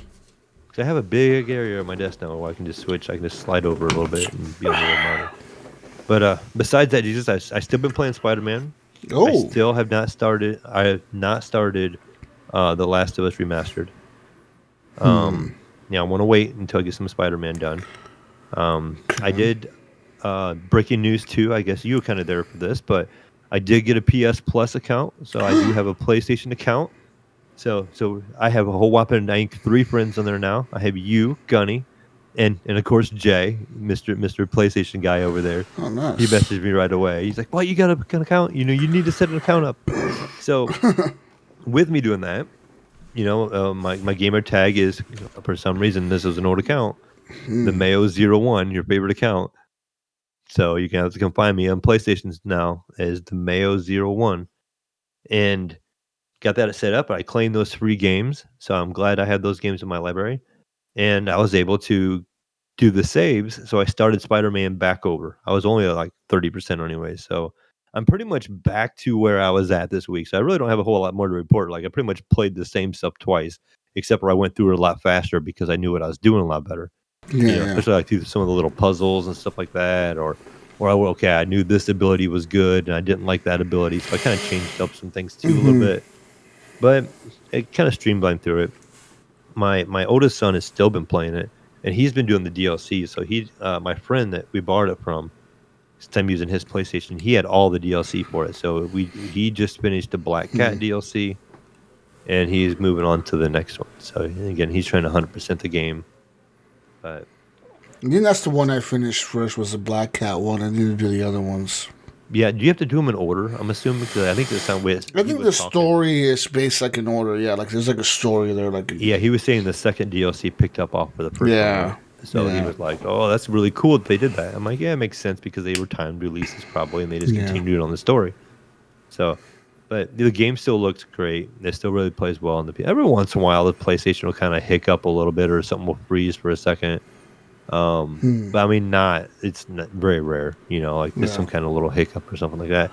It does every once in a while. Like I said, it's an old PlayStation. That does sound like an airplane every once in a while. That thing fires up, and I'm pretty sure it's gonna float away like a little drone or something. It just Yeah. but I mean, that's pretty much it. I know that some Dead Cells has some new what's the word I want to look for? They rebalanced the game on their difficulty and stuff. So they changed some things up on how it plays. So now my 2BC, they give you some more health in between and stuff now too. So like, I'm pretty sure I can go back and beat 2BC now. I just haven't got over to it yet. So Apex keeps taking all my time. Like I said, I just want to grind that Apex out It every seems day. I'm like doing that daily. Apex is like taking over the community for some reason. I don't know why, but everyone is This playing season it. 8, yeah, this season 8 really seemed to grab people. Like, it grabbed me because I happened to jump in right at the beginning. But I just feel like it, maybe because they introduced a new map, and Maybe I don't know. Like, yeah, you're right. There's a because lot of Brink people is playing all into that shit. He's like, oh, I'll play as Apex. I'm like, what the fuck, dude? Play something new. Oh no, I gotta play Apex. And then Pigeon is playing Apex, and got all these people playing Apex. It's like, what the fuck? it. Yeah. So it's I'm enjoying it. Like I said, it's I haven't been doing ranked. They did kind of make me mad in ranked. I started playing ranked. I did like 30 matches or so, and I got it to whatever, silver, maybe like silver 1, whatever is past bronze, right? You got like 4 levels past bronze, and I only played like 30 matches, but I was kind of starting to work my way up a little bit. And one day they had like a mid update thing, and they reset your rank, so put me back down to bronze 4 again. And I'm like, no, I can't be back down there, and I really don't feel like grinding my way back through, the season pass, or not season pass, but the ranked mode to be re-ranked, and have to play everybody who is probably up there in like gold and platinum and everything else. Have to play these guys. Why they probably got reset. They're down there in bronze 4, and they would probably just absolutely destroy me and just make me feel bad about myself. So I'm like, you know what? I'm not doing it. I'm gonna wait and just play my good old regular hobo ass pub mode where you just play against public lobbies and hope for the best, and hope you don't run across some guy that has like 6,000 kills, and you can go in there like, oh, this guy's got 23 kills. You're hoping for the champion that has that, and then your heart gets deflated when you see the champion has like 35,000 kills as Wraith, and he's just gonna destroy you probably. But I mean, that's pretty much the gist of it. I can't wait to play. The Last of Us remastered. It looks interesting. I heard it's got kind of a slow start to it, but we'll see. I mean, I know that, so I'll keep playing it. But I do want to maybe finish the Spider-Man story first, not overload myself and get half of a Spider-Man game in, and then half of a Last of Us game in, or stuff like that. And I did see up and coming this month. Days Gone is coming up to PlayStation Plus, so I'm going to be having access to Days Gone too. So I'm going to have Great three game. big games, 3 games right off the rip when I get my PS5 that I'm going to be continuing to play. So a lot of gaming there. Plus, like, once you finish The Last of Us Remastered, go on to The Last of Us 2. Mm-hmm. So yeah, like right now I'm pretty much getting these games. I'm borrowing the Spider-Man and The Last of Us Remastered. I did see a couple of stores. I happened to run across a GameStop the other day. My mom was in town and wanted to go to the mall. We have that mall right around the corner from me. They had a GameStop, and they had I think Ghost of Tsushima in there, and I think it's only $39 used. So I might pick that up and have that ready to play too. So, but yeah, all those PlayStation games, just waiting for me to play them. I know Jake is confident a bit. I know, right? But what about you, Jesus? Besides me? Well, I have not played any Apex this week, unfortunately. But I know I've been looking for you. I've been looking for Gunny too. I'm like, I thought Gunny come in. Yeah, but I have been playing some more. My PS5. I gotta say something now here. I don't know. Like, okay. I wish Gunny was here. I really do. Because he wants to hear this, does he? Yeah, I feel like my next purchase is an Xbox Series X. Are you selling your PS5? No. No, like the PS5 before the PS5, like I was in a lull, man. Like there was a lot of things that like I wasn't finding a lot of good games to play, or like something that could just grab my attention, There was games here and there that were fun, but nothing that really grabbed me.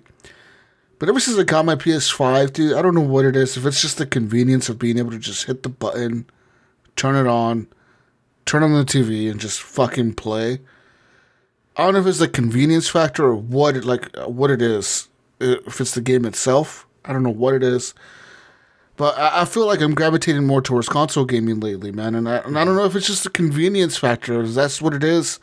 I have no idea what it is, because I really do enjoy PC gaming. I love PC gaming for the graphics, obviously the performance, the games. Some of the games that I get to play on PC will never come to console. But at the same time, I really am enjoying my PS5, dude. Like, it's kind of crazy. Well, I think there's something to it. Like, when you're at the PC, you got your hands on your keyboard, you got your hands on your mouse. Yeah. And it's a different posture. It's kind of a different, like, your environment's gonna be a little different. I could imagine like when I play my Xbox, when I'm in my living room, I'm on my couch, I'm kind of kicked back a little bit, Yeah, I'm on my lazy boy. I'm chilling, got my feet up. Not really moving your arms around or nothing like that. You're just using your thumbs, just kind of like get the soda beside you so you don't have to move, and you're just chilling over there and taking up the TV so nobody else can watch. Yeah, eating a bag of Doritos with a Mountain Dew, putting in them COD points. Just chilling, man, like something really cool about the PS5. It's bringing me back into that. I don't know, like I'm really enjoying the gaming, and like I made up my mind where like I know my next purchase, even before I upgrade my PC, will be an Xbox Series X. Well, I mean, I think it's a good idea. I mean, you really don't need to upgrade your PC. Mm-hmm. It's so hard to right now, anyways. Yeah, that's what I figured too. It's so hard to right now. Yeah, it's expensive. It would be maybe different if you had access to both of them right now, and we're like, like if I could buy like a 3080 right now, or if you could say buy a 3080 or get an Xbox, you might be like, what do I want to do? Do I want to play on the frames, or do I want to buy another platform? Because then you'd be like, well, I can play all the Xbox games on my PC, and I'd have the 3080, and they're gonna play better. Yeah. So then you'd have to ponder that. So. But I'm also seeing Microsoft give love to the Xbox console as well. Like they are with the Game Pass. I feel like they are showing that, hey, we are committed to the console. They keep pumping games into the console version. Where the PC version we do get games. Like, don't get me wrong, the PC Game Pass is worth the price as well as the Game Pass on console. A friend that just got a PC. Like, hey, look, and they don't have a Xbox at all. There you go. They're a PlayStation person, They just got their first PC. It has a 3060 in Play it. all the Halo games. And I'm like, look, I said, the first thing you probably want to do is get the PC Game Pass. I'm like, it's $5 a month. Mm-hmm. And you're going to get access to all those Microsoft exclusives. Even if it's $10 a month. I think it's $10 a month like, regular, you right? Might as well. Yeah. I don't know. I thought it was $5. I think it's $5 right now because it's a beta. But I think once it leaves beta, it goes to 10. I just pay. I've always had the ultimate. So yeah, I same don't know here. what it breaks down to. I don't want to know. $15 a month, I think. Yeah, that's what the ultimate is. But yeah, so I just, I recommend that to them right away. And so, there is that convenience, though, like playing in the living room or playing on your OLED. I know you said you moved your TV, so you're now officially in another room, Yeah, and like I said, I'm downstairs on the lazy boy. I'm chilling, kicking my feet up, like legit super comfortable. And I'm fucking loving it. But yeah, like I was sitting under the other day, I was thinking, man, you know what? Like, I'm seeing Xbox put a lot of love into the Game Pass. And you know what? I want to support a company that's willing to do that, that's willing to really show that, hey, we're committed to this shit. And, I've been in the Xbox ecosystem in the past, I do kind of miss that shit. So I was like, you know what? Maybe I'll buy an Xbox Series X whenever I get a chance here. And maybe, I'm not saying I'm going to go out and buy one like tomorrow. I'm saying maybe this fall, when the new Halo comes out, if it comes out, which I don't think it will, to be honest. But if it does come out, in November or whatever, the new Halo or whatever comes out with it, get it on Game Pass, because in the fall they're gonna be adding tons of new games to Game Pass, and it's gonna just be like a fucking craziness, of games being pumped into that thing, and because their subscribers, dude, keep going up like 50% at a time. Keep adding games, Yeah, like it's insane. Like kind of big games this month. We had Outriders on the console version, and we had the show, coming out. Yeah. So yeah, and the show is what pisses me off with the show, right? It's PlayStation published. It's a PlayStation published game by a PlayStation studio. Yeah, that's kind of crazy that PlayStation is putting something on there. Is it a PlayStation studio? Let me see. MLB The Show 21, right? Who the fuck makes this game? It's made by... Yeah, so developer is Sony San Diego. So it is Sony's studio. Their studio makes it. They publish it. Yet, somehow their thought process was, hey, Microsoft, you give us enough money, we'll put this for free on your fucking Game Pass. But we'll make all the PS5 users pay for it. $70. Why not say, okay, put it on your Game Pass, but then turn around? What I would have done is I would have said, put it on your Game Pass, and I would have turned around and said, okay, it's coming to PS Plus first of the month. Fuck it. We're putting it on PS Plus. We're going to lose all these sales, but fuck it. At least we'll gain goodwill, At least our players will know, hey, we give a fuck about you too. Here's the game for free on PS Plus if you're a PS Plus member. You know what I mean? Right. But instead, no, they're like, nah, fuck. You guys get to pay for it. Like it's good. It would be like this November, right? Phil Spencer comes out on stage at E3 2021. Hey guys, I have my new jacket. Oh yeah, we got Major Nelson over there with this fucking the geriatric section. This wheelchair. Hanging out with Gunny Chief from the Horrible Gamers podcast. In the old man section. Anyways, hey guys, we got Halo Infinite coming to PS5. On PS Plus. On PS Plus. Day one. But it's not coming to the Xbox Game Pass or Xbox Games with Gold or anything.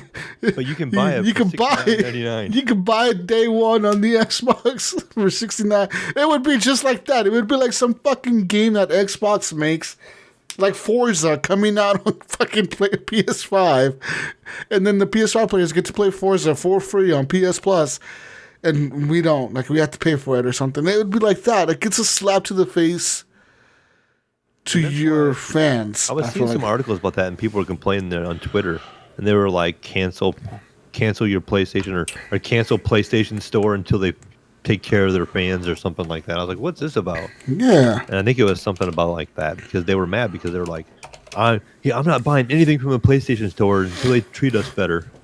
Is what they were saying. It is insane.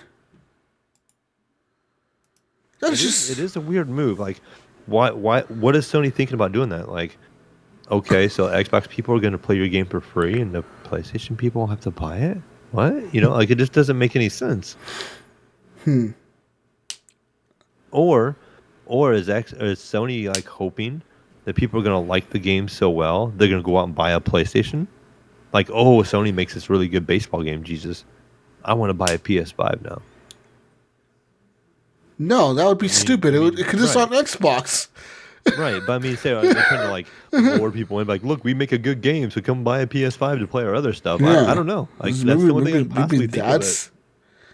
Yeah, maybe that's their whole thought process. Like, hey, if we put this game in front of more people's faces, they'll know that. We'll give you a little taste, Jesus. You can have a little taste of the show. Now come over here and play the rest of our AAA titles. So stupid. I don't know, man. It's kind of like fucking giving the middle finger to your fans on PlayStation. Right. And all the Xbox people over there are like, ha. Yeah. You know, we play it for free. Show. Yeah, I'm playing it before you, and you're a loyal PlayStation guy because you can't afford to buy it right now. Yeah. Or something, you know, like. Yeah. What the fuck? You know, like, that's the only thing I'm mad about. Like, that whole situation. Well, I don't give a fuck because it's a baseball game. I don't really care. Right. But I mean, if I would have got it for free on PlayStation, hell yeah, I would have played it because I do like baseball. But I'm not paying $70 for it. And if I had an Xbox, I would play it on the Xbox. But still, like, it's kind of like I said, it's a slap on the fucking face. It's full price on both the PS5 and the. It's not even a discount. Like, hey, get the game half off if you buy it the first month or something. No, nothing, dude. It's like, no, you're gonna pay $70, Mayo. You're gonna pay it, motherfucker. I don't give a fuck what you say. You're paying that, and your Xbox One is gonna play it for free. So, and two, I don't know how this works. I don't play it. I've never played any of them. But is there anything where maybe your roster comes with you from season to season if you own it in the PS5, where you wouldn't have that on the Xbox? Maybe. Okay, say if I've been playing the show for the last 5 years and I have like a roster and it's my team and maybe different settings that could transfer over from year to year. That may be it. That may be something that this. Or is it just a straight up new game every year with new rosters and then you just play that current season? I know that I don't know. Madden doesn't carry shit over. Like, they just, like, if you start Madden Ultimate Team in 2020, Madden Ultimate Team in 2021, it's a whole new team. Like, you're starting a whole new thing. So no matter what money you spent on the previous game on microtransactions, none of that shit carries over. It's all just like, whatever. But yeah, it's kind of a slap. Like, that's one thing that really pissed me off about. Like, when I heard about that, I thought to myself, okay, that's cool for Xbox, but for sure, Sony's gonna like put this on PS Plus or something, right? Like, like that's a for sure thing, right? Like, no, they're like, no, fuck you, dude. No, you thought we were gonna do it. Fuck you. No, we're gonna do shit. Like, imagine how much money Microsoft had to pay them for this. Probably a lot, but still, it's such like it's a big dick move by Microsoft. Is what it is. Yes. It's like, Gibbs would be happy right now. Yeah. It's like, look what we could do, motherfucker. You guys, fuck you, bitches. You're going to put your shit on our shit for free, and you're going to make your people pay for it. Yeah. Yeah. Yeah, Gibbs would be happy. But anyways, like I was saying before, this whole PlayStation 5 thing has got me really into console gaming. I want an Xbox Series X. I will be getting one sometime this year. I made up my mind. But it's also partly because it's hard to upgrade your PC at the moment. And I'll do that next year, most likely.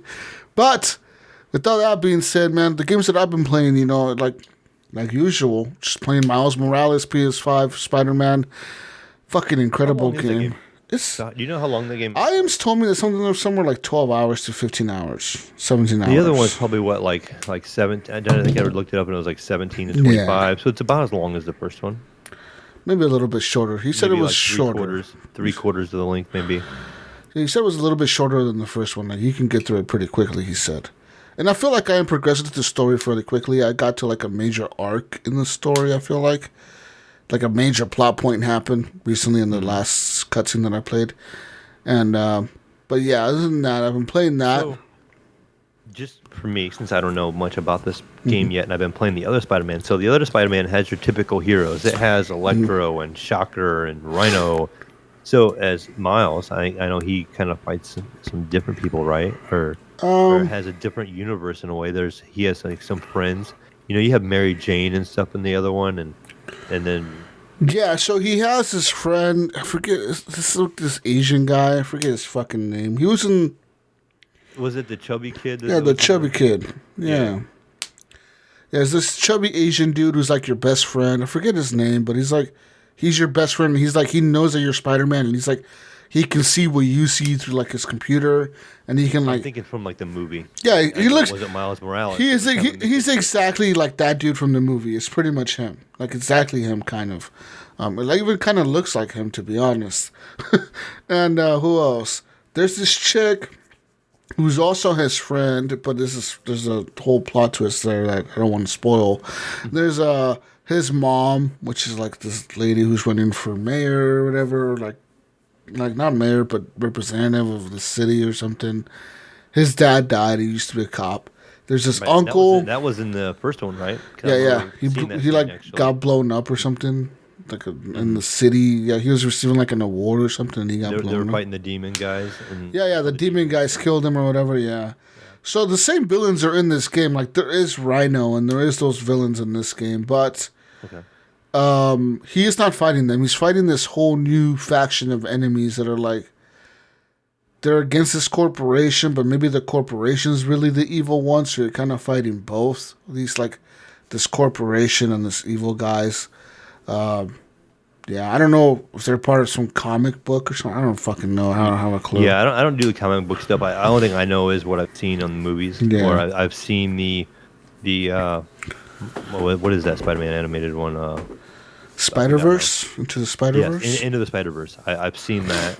Yeah. I enjoyed it. At first, cool. I didn't know how it was going to work. I'm like, how can it not be Peter Parker or Spider-Man? That's what I know, because I'm not a comic book person, But it was kind of neat how they did it. And then I kind of understood it. And that's why I was kind of curious, like how they led into this one. I know that. Like Peter Parker is in this one. Like he does exist in this one. Peter Parker knows he is Miles Morales. He knows he has the powers of Spider-Man.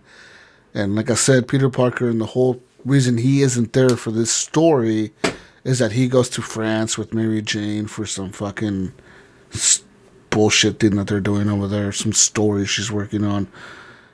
And that's just off the top of my head too, can you give away? I mean, I don't want you to spoil, but in the end of the first one, right? There is the guy. Is it Harry, his friend? Yeah, Harry. Because he's like gone the whole time, and it shows him in that situation.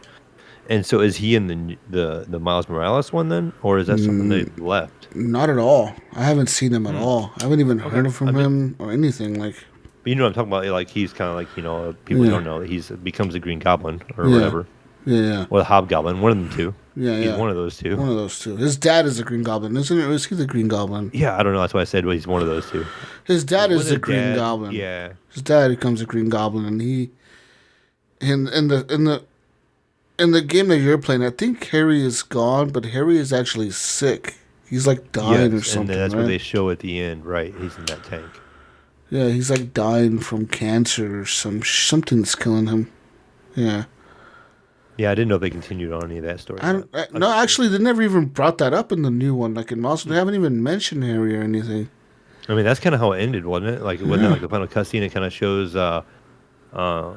maybe he'll Osborn pop up or whatever, and then he's like goes to his son and he's in the tank. Yeah, maybe he'll pop up sometime in this story. Like I said, I haven't run into him, but there is other characters in this game that are bad guys, but I don't know if they're really bad guys and if they're part of any comic.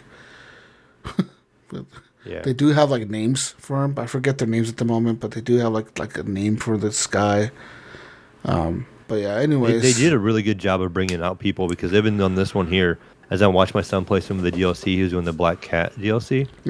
They brought back like I don't remember their name. I just remember from some of the cartoons back in the day, and they had like he's like a mob boss with like a flat top, not Tombstone, but he's like a really short. He was like really short, but I can't remember his name right now.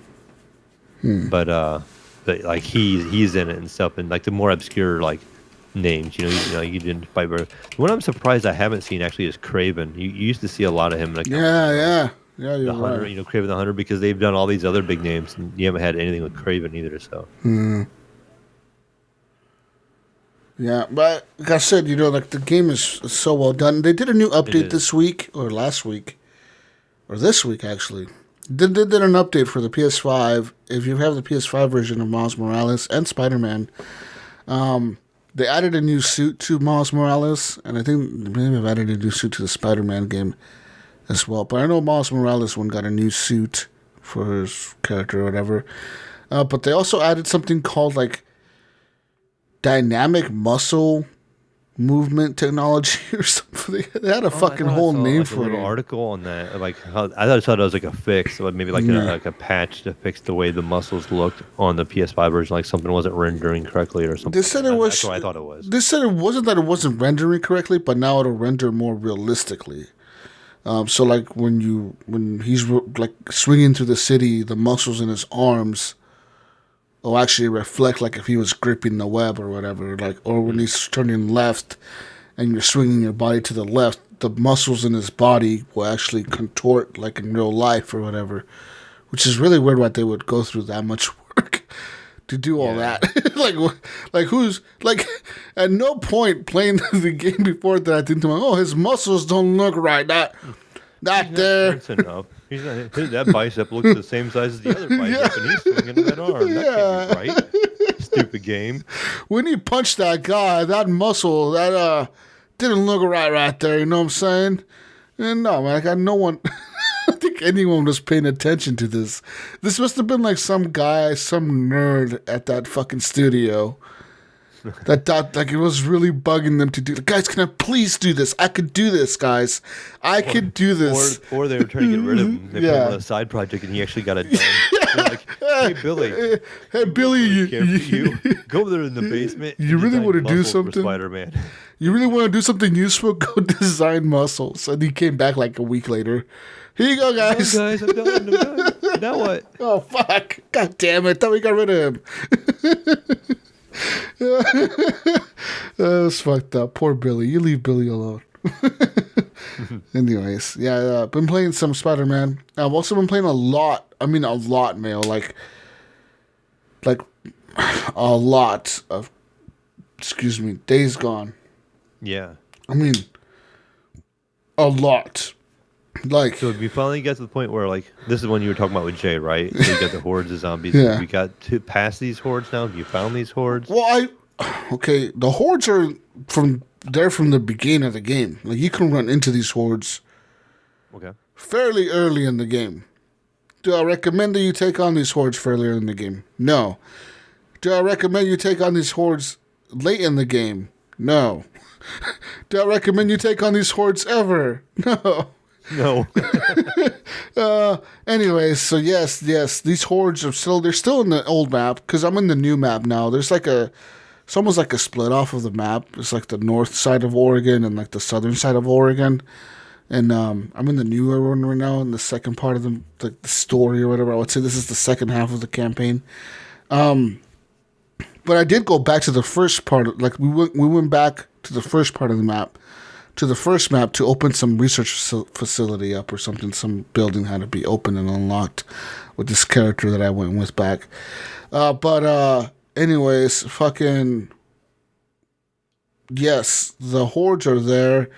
There is some fucking real hardcore moments in the game. Like there was a moment in the game where I had to fight 3 of those.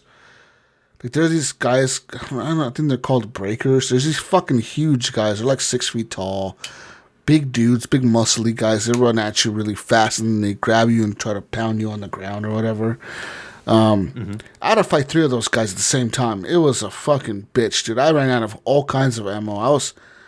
It was insane how much ammo I used to fight those 3 guys alone. Killing one guy is hard enough. killing 3 while they're all chasing you was fucking insane. But yeah, I'm glad I was able to do it. But yeah, playing that game, man, it's a lot of fun. Days Gone, it's a fucking incredible game. I forgot completely that if you bought the Death Stranding on the PS4, you got like Death Stranding shit in Days Gone for some reason. Oh, really? Yeah. That wasn't there something to do with a motorcycle? Yeah. So in the motorcycle, like I finally went to this shop. Like in this new era, this new level, right? It has the BB-8, a BB. Yeah, it has a BB in like the gas tank. So like where you have your gas tank, it's the BB tank. You see the BB and they're floating around. I just got to throw out the irony real quick in here. I didn't know these things, but it's all coming together now, Jesus. You said this game takes place in Oregon. Yeah. And you're talking about putting gas in a gas tank in a motorcycle. You're not going to know how. You're going to be in a zombie apocalypse. You're not going to know how to put gas in this poor bike. No wonder you can't get around very well. That's true. But yeah, anyways, the BB tank is there. The BB tank does just like in like the game, the Death Stranding game, the BB goes black when you jump off the bike. And when you get on the bike, it like clears up and you can see the BB floating. Oh, it's like cloudy and then it kind of clears up. Yeah, it clears out. It's pretty cool, just like the Death Stranding game. There's another upgrade you can put to the bike that's based on Death Stranding. There's the BB tank, and there's something else you could put on the bike that's Death Stranding related. I think there's like a skin or something. Maybe I gotta figure out what it is. I found the BB because I unlocked the trust level of the camp. Because there's trust levels, you can unlock different shit at different trust levels. Right. And I finally reached trust level 2, and I was able to unlock a bigger gas tank. And it was like, hey, do you want to install this BB tank? I was like, fuck yeah. Fuck yeah. I spent all my credits to it. Like, I literally spent all my credits that I had. I did that on Forza. On Forza Horizon. One of my favorite cars is the new Corvette. Like the new C8 Corvette. And Forza Horizon put that in there. But you couldn't just obtain it. You had to do a special event to get it, and that special event wasn't going on, right? Oh, fuck. So I'd see it in the auction house. I spent like all my money on that car in the auction house. I spent like $10 million, I think, on this car. Oh, man. To have it in Forza. But anyways, I understand your pain about seeing that DLC. Like, I'm spending all the money on it. Yeah, I gotta have it. I gotta have it. Yeah, fuck yeah, man. I love Death Stranding. But yeah, so I spent all my credits on it. But yeah, that game is so much fun, man. Not Death Stranding, but Days Gone. It fucking is incredible. And you know what? Speaking of Death Stranding, has Death Stranding got any kind of PS5 upgrade? I don't know. You know, I haven't heard anything about it, actually. Yeah, has no one talking about that game? No. That's true. Like, no one has talked about Death Stranding in like a long time. I think it had PC updates at one point in time, a while back. I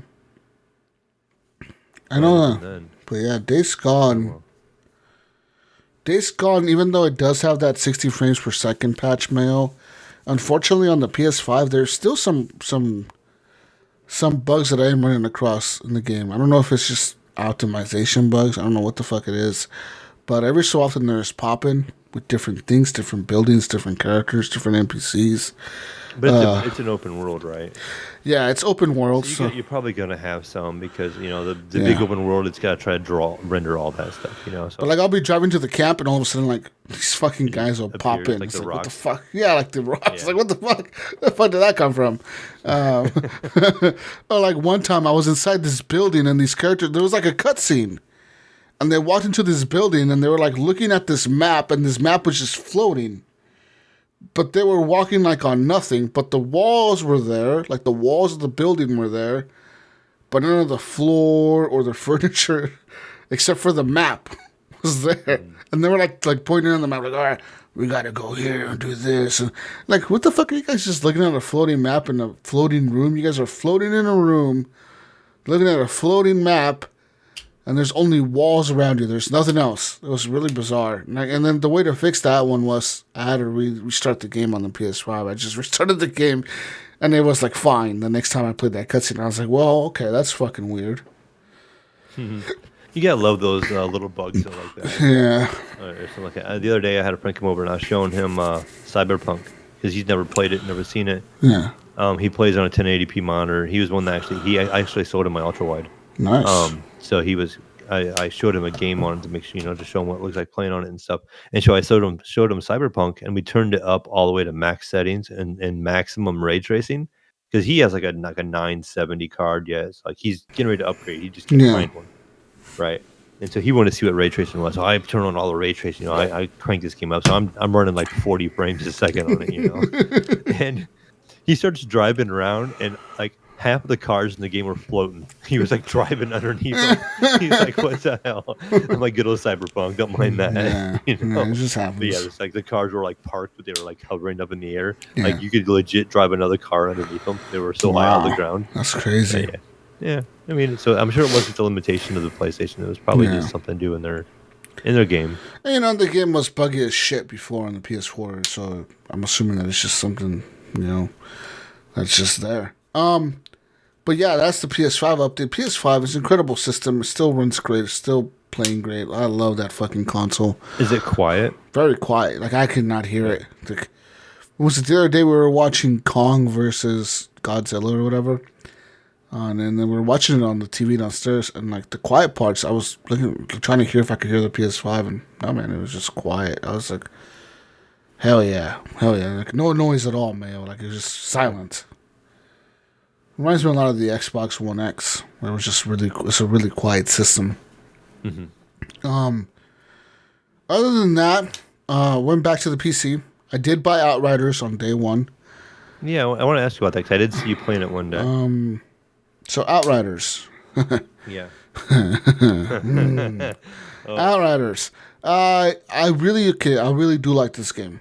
I like Outriders. I like it a lot. Why do I feel like you returned this game? I'm gonna let you keep going, but I have a feeling like you returned this game. Go ahead. But there was just a bad stutter in the game every so often. Like, it was like, I want to say it was like every 5, 10 seconds, every 15 seconds. There was like the stutter in the game. It was like it was just there. It was like stuff like we've heard Brink talk about stuff like that in his games. Correct? It was almost like the stutter was like almost like it was trying to check internet connection or something. Like, it was really bizarre, right? And then and this game has that stupid online, always online. If you're offline, it won't let you play, it won't let you log in. Stupid ass shit. HDR was broken. I had to turn off HDR to get the game to even look right. Played on DX11, ran pretty okay. Played on DX12, got way higher frame rates for some reason. I don't know why, but the stuttering was still there. And it just got me so mad. The stutter, that little stutter got me so fucking mad. I was mad, dude. I was like I was having fun playing the game, Mayo, but I was fucking pissed off at the stutter. Like, this thing was just stuttering, dude. And it got to the point where I just said, you know what, I'm done. I'm not playing this anymore. I'm not going to condone this fucking trash type of shit releasing on PC. It's bullshit, and I returned it. I had a feeling. And I didn't have any background information on this. I literally just had this feeling. And it wasn't because of that reason, actually. I thought you were going to have, because I've been hearing a lot about server issues. And well, I had some of those too. Your complaint was going to be about that, and I've been hearing a lot of people complain about this. Like, the frustrating part of having a single player game that you can play single player and have to be connected to the internet all the time, and nothing worse trying to log into a game and then you can't play. And it doesn't work. There's a server issue, and that means this game 10 years from now, when you go back to want to play it 10 years from now, man, because you bought it on a Steam. You might not be able to. You bought it on a Steam sale for $2, or you bought it on a fucking Humble bundle for 10 cents. Okay? You got 10,000 games for 10 cents or something. You're going to go and launch this game, and it's not going to work. Because guess what? The servers won't be on. Be shut down or whatever, yeah. What's up with games like that? Why does everything have to be online? You don't have to make a game be online. You just have it be offline. And, if you choose to be online, you can choose to be online. I wonder, say, thinking of the game like Valheim, right? So maybe they're afraid if you're offline, you're going to mod the game. And when you go online, it's not going to detect it, and it can ruin the experience. So say, like, I'm a hacker and a cheater over here, Jesus. I go to offline mode. I get myself all the guns. I put in some code. I put in some magic, right? And now I have like all the best guns. Then I go back to online mode, and then I'm using all these good guns, and look how impressive I am, and look at me, I'm a big streamer now because I have all the good stuff and killing everybody, and look at me, Jesus. I wonder if that's part of it. I don't know. I mean, this is just me just trying to guess why they would think that would be a good reason, because I don't know. Off the top of my head, that's the only thing I can think of. I was conflicted. I didn't know, Jesus, whether I should buy this game or not, because here I was going to play it on my Xbox because I have it on Game Pass, and the Xbox console Game Pass it's on. But I borrowed this PS5 and my friend borrowed my Xbox, so he has it on my Xbox at his place. And so when it comes out the release day, I don't have my Xbox here. So I'm like, okay, if I want to play this game, I need to buy it, right? But I really feel like if I buy this game, it was going to come to PC Game Pass in about a month or two. Then the conflict is like, do I wait a month or two while everybody's playing it now, and they'll probably be done with it in a month or two when I was ready to get on Game Pass, or do I pay the $60 now, knowing this game's probably going to become free in 2 months on Game Pass? Not free, but where I'd have access to it on Game Pass in 2 months on the PC. So. Yeah. I kind of waited, and now I'm kind of glad I waited because I'm hearing so many people complain about how the servers have been working and how hard of a time they've been having logging in. And, sometimes your time is limited, that you can get on and play. Like, oh, I got some time to play, like right after work, whatever. You don't have to run no errands or something like that. And then you go to log in and, you can't connect. And that's frustrating. That is frustrating, but for me, one of the frustrating parts was that I couldn't log in for the longest time in the beginning, and then logging in, HDR was completely fucked up. It was like the colors were way out of proportion. It was like, what? Why is everything looks? I couldn't even aim, dude. On top of that, there was this issue with the HUD. If you load it into the game, but you literally have no HUD. No HUD was there, so you had to fix that. It wasn't too bad. It would you have to quit to the main menu and then turn it on and off. Then you turn the HUD off and then turn it back on. No, for me it was quit to the main menu and then relaunch, and then the HUD would be there. It was really weird. Somebody told me they had to pause the game, turn the HUD off, launch the game, unpause it, then pause it again, turn the HUD back on, and then it would work. That might have been another fix for it, but for me the one that I found was back out to main menu, relaunch, and it was there. But HDR, I had to turn it completely off, which is lame, I'm trying to play this shit with HDR, bro. Like, what the fuck? Lame as shit. Didn't work. I had to turn it off. So HDR was badly optimized. And now I'm hearing the game is fixed now, for the most part. Like, a lot of things that I complained about have been sort of fixed. That's good. Brink has been playing it. He's an avid looter shooter guy. He's a Destiny guy, so I'll give him that. He's been playing it, and he says that it's fixed for the most part. But I'm still not gonna get it. Yeah. It kind of I think it's gonna be. I mean, it was a fun game. Like, I enjoyed the game. I would enjoy the game, I think. But I just don't feel like I'm in a rush. Like, I have guys at work tell me I need to get this game now and I need to play it with them. But I'm just kind of I feel like if you want to play with your friends, right now is the best time too. Because you're all kind of on the same, maybe level, sort of experiencing it all together. It's gonna suck if you get out 6 months from now and your friend invites you to play. Hey, bro, come play with me. And they're at the end of the game fighting some huge boss. You're like, what the fuck? Who are we fighting? Why are we over here? or he's at the beginning of the game with you and just annihilating everything. Yeah, all bored. This is. He's bored. You're bored because he's killing everything for you. This is boring, man. I've killed everything for you, man. Running through the map super fast. You don't know what's going on, so you're not learning. Yeah, or he's the type of friend that tells you where everything is. Mel, turn around, Mel, turn Mel, come here, Mel, come here, Mel. You need to stand. I'm over here. You need to stand on this corner, face that way, and shoot your gun 4 times into the air, and turn around 5 times, spin your guy in circles 5 times. And then a special drop will happen. It's like, what the fuck? This sounds like the Division now. How did you do this? How did you get the little shadow people? How the fuck did you figure this out? Yeah. Right. That type of shit will happen. You know what I mean? So it's whatever. It is what it is. Outriders, for some people. It's a good game. Yeah. I just don't know. I feel like the people are going to play it, are going to enjoy it. I think it was fun. I don't want to bash this game because, like I said, I think it's a good game. Yeah. It's I do just, too. I don't know. It's just something preventing me from getting it right now. Maybe I'll buy it next week. Maybe next week I'll buy it and I'll be happy and everything's perfect. It works now. Woo. Who knows, man? Maybe. But Yeah, maybe. one game that I have been playing this week that does work. What's that? Man, have you ever wanted to rule like the world? Always. Like, I mean, look at me. I'm the kingpin over here. I'm like the Mayo of Ohio. Okay. Yes. Every do you ever feel like you want to have like a secret underground base on an island Who says I don't? full of minions that do your bidding? Of course. With like a secret casino in the front that's kind of like a front. Like, hey, we got tourists, we got a casino in the front. Come play some slot machines or whatever.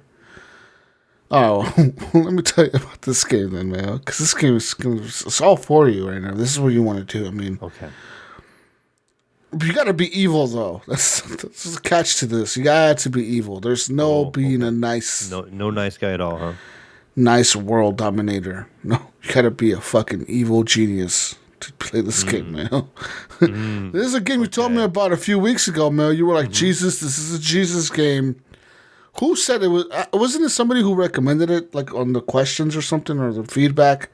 I don't remember, but I remember seeing it and saying something to you, like when it popped up on Steam, because I know how you like those. Those games that are kind of like the Jurassic Park Evolution games. Yeah.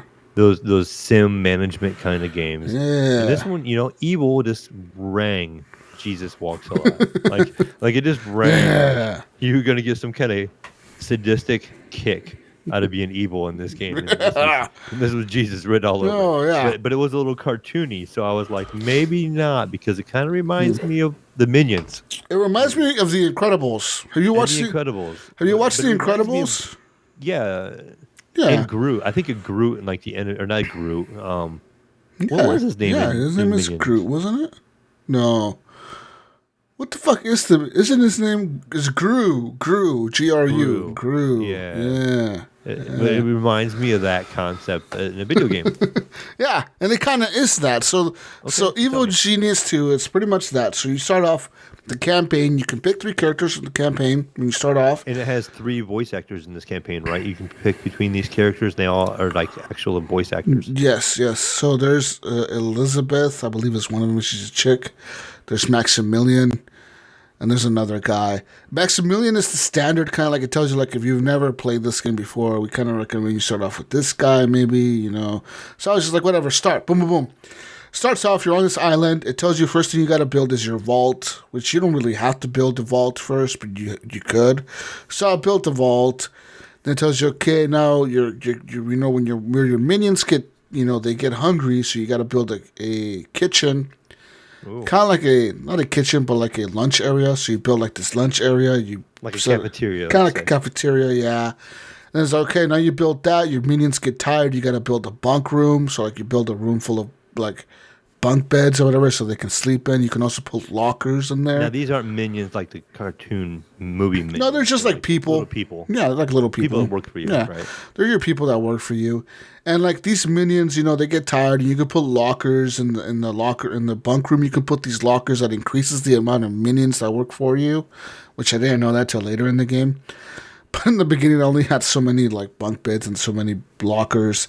And then you have to build a control room. In the control room, you can set up these computers that send out signals across the world. And when you click on the globe, it brings up a map of the entire world. And it is the actual world, like in South America, North America, Africa, Asia, Europe, Antarctica. And your goal is to like kind of dominate the world. Your goal is to like, okay, we're going to send minions here. We're going to scout this area. We're going to set up a base. And we're going to do schemes in this area. So when you set up a computer in your base, in your control room, it broadcasts a signal. And the signal goes out and then it says you have enough signal going out to the world to have one base somewhere in the world. So where do you want it? Like a form of communication with another base. Yeah, so like you can be like, okay, I want my base in North America.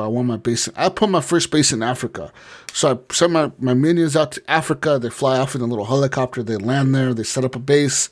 And now in Africa, when I click over to that side of the map, it shows like these little mission points. And there's like these schemes that they can run. And the schemes are usually like, hey, for 3 of your minions, it takes 3 minutes and you'll make 10,000 coins or 10,000 gold or whatever, or dollars. You'll make $10,000 off of this scheme. It takes 3 minutes to do, but you lose 3 minions for doing it. So you could, I agree to do it. 3 minions fly off in the helicopter from my island. They land there. They do the mission. The thing that you have to consider when you're doing this, you get the $10,000 in 3 minutes, but you lose those 3 minions. They're gone forever. Cool thing is the minions are kind of replaceable. They're super replaceable. Every like minute, so many minutes, or like every minute, or I don't know how long it is. It's like a certain timer. So many minions spawn in your base at a time. I think it's 2 at a time spawning from a helicopter. So if you have 100 minions, you send off 3 to die. Whatever. Not a big deal. Not a big deal, right? 3%. Yeah. Yes, but if later on in the game the missions do get harder, they take more minions. Like some of them take up to 6, 10, 15 minions to complete a mission. But you're making a lot of money off of these schemes. Like one of them will be like, okay, you're gonna make $100,000 off of this scheme, but it's gonna kill off like 15 of your minions and like one of your valets and one of your technicians, but you make like this much money or whatever. So like you gotta consider that. Also, you got to have a vault. Your vault has to have enough space to hold all your money. If you have too much money, then you cannot make any more money. So you have to have a big enough vault. So once all this is going on, Mayo, you have a research lab. Your research lab can actually research like different upgrades for your minions. You can make them have a smarter like intelligence, more health. You can research different types of minions. There's security guard minions. There's valet minions that... So the valet minions, they work in the casino part of your front. They work in the front of the casino. So they're actually like employees of the casino. Your technician minions, they repair all your stuff inside your base. So it's good to have a few of those guys because your minions, like I said... breaks or something? Or... Yeah, stuff breaks, so they fix everything in your base. But like I said, your minions do get tired, so they do eat, and they get hungry, so they do eat, and they do fall asleep. They go to sleep in that bunk room. So it's good to have multiples of the same type of minions. So there's technician minions, there's scientist minions that research for you. When you can have them researching like a new torture device or a new type of scheme, or I want you guys to research better doors, like laser walls or something. You know what I mean? Like I want fucking lasers coming out of these walls or whatever when these like special agents come in. And then, like I said, there's a security guard minion. And so like there's security, you can set up security cameras, you can set up like spots where your security guards should stand. A security guard room, you can have people watch the security cameras and shit. But there's these agents that spawn every so often. They'll come in on this boat, you know, because there's these tourists that come to your island, to the casino, come on a boat. But every so often on the boat, there's these agents that come in. And these agents are usually... The enemy? They're the enemy. They're like these like Asians. They're kind of like, think of like 007 type guys or like spies or whatever. They come in and... You got a bunch of James Bonds coming in. Yeah, you got a bunch of James Bonds coming in. And you can target, like once they spawn or they come in, you can see them coming in. You can tag them and you can be like, I want this one captured. I want this one killed. I want this one distracted. And depending on what you tag them with, your minions will do that when they see them. So, like, if you have one tagged as a distraction, your minions, your valet minions, will try to, like, make him drink too much booze and make him pass out or something. You know what I mean? Like make him distracted so they fucking don't do their job right. Or if you have him, like, I want this guy arrested, your minions will try to beat him up enough to get him to give up, and they'll just put him in one of your jail cells. And if you want him dead, of course, your minions will try to kill them, and then you have a dead body, and they dispose of the dead body.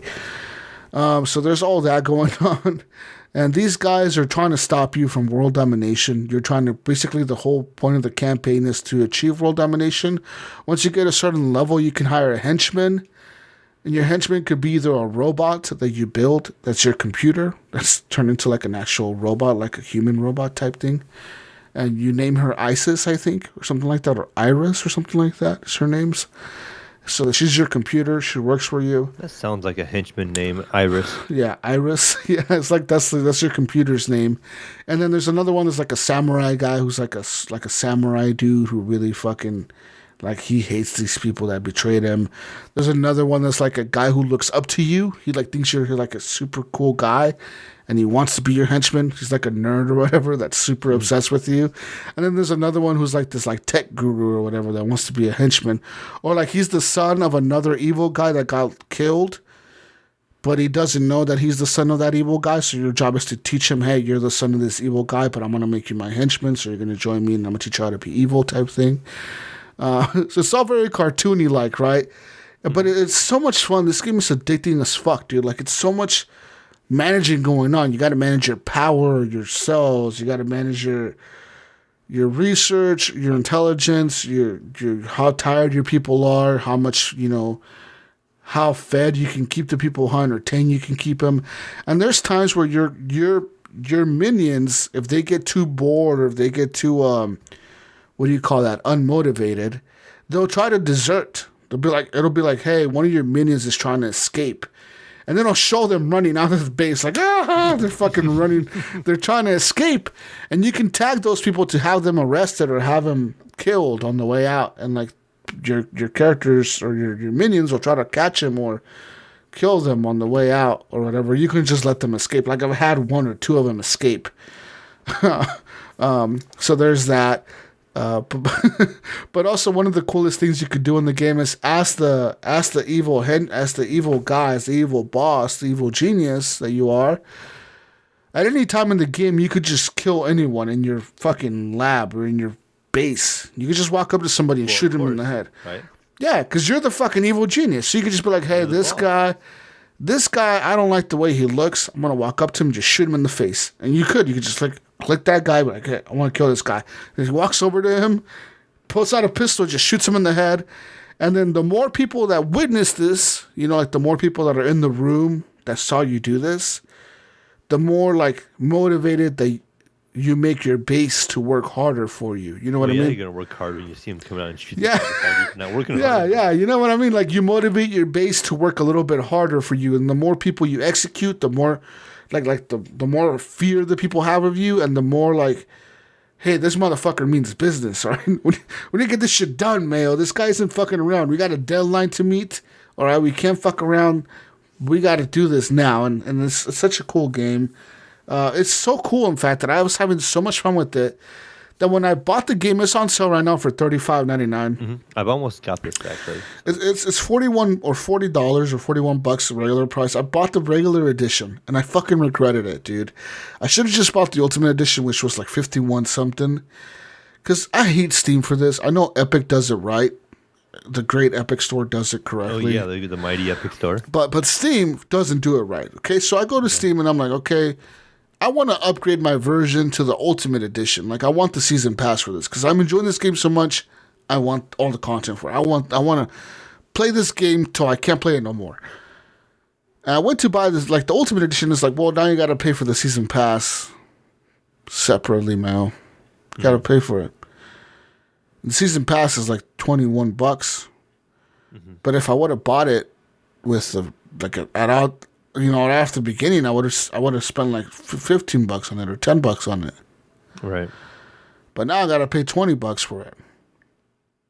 But there's no upgrade option on Steam. It's just you have to pay for the season pass now.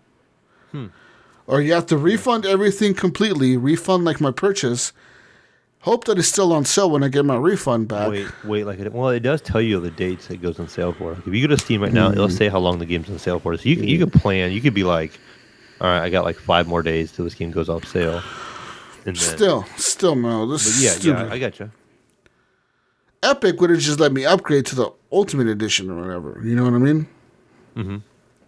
Steam didn't let me. That's weird. Like, I wonder why that's the case. Because Steam does some smart things too, like things I wouldn't think they would do. Yeah. Have you ever noticed, like, if you say you go to buy a bundle of games, Jesus, and you own one game of the 3 that you own, or you have one game of the 3 of this bundle, it takes the price of that one game out of the bundle.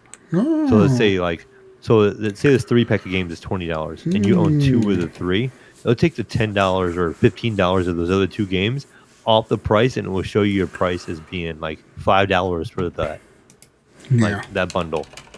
So like if it's content you already own, they will not charge you for it typically.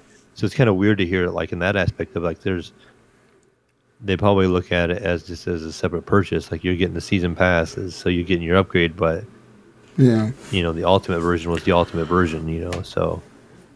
Yeah, I really am enjoying Evil Genius 2, though, man. Like, this game is dope as shit.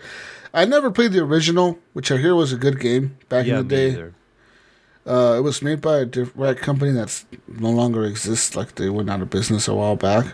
But Evil Genius 2 is out now, available on PC.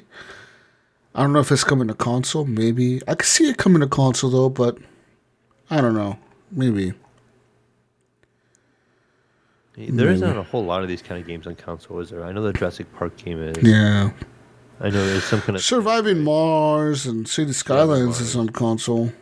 City Skylines is there, too. There's a lot of these kind of games on PC. Like, if you really look, there's a lot of these real-time strategy games out there. But yeah, man, these are all... It's a very cartoony game. It's very fun. And like I said, there's never, like there is a campaign and there's a story that I'm following. But at the same time, it feels like I could branch out and do whatever the fuck I want. Like right now, my main goal is to buy a country. Like that's my mission. Is buy a country. I'm like, okay, how the fuck do I buy a country? So I'm trying to figure out how the hell do I buy a country. Like I'm trying to influence the world to make me like the president of a country or something. Mm-hmm. So I could like control this country. I think that's the point of the game. I don't fucking know. I gotta control the world or something. But I'm influencing all these governments and shit. I'm like paying off these governments to like fucking let me do evil shit in their country. I'm like, I'll pay you so much money if you just let me do this evil shit. Just let me do it. You want your own. I'll pay you money. It'll be fine. But there's also side quests and side stories and side missions you can play. Like a side mission that reveals like a side story for your henchmen or something. Or you can, play this whole different side quest over here about this other bullshit. And it's funny because like the spies, the guys that come into your base to try to like steal your information and like kill you or whatever. Right. They'll escape sometimes from like their jail cell because like they're they're like fucking spies or whatever. They'll escape from their jail cell. But what's funny is in my base, I put a camera right in front of the fucking door to where the jail cells are at.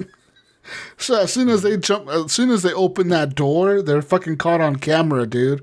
And next thing you know, you see like 10 guards running down the hallway from like the security room. They're just fucking running over there like, you motherfucker, where you going? And they fucking just run down there and beat the shit out of them and put them back in the jail cell.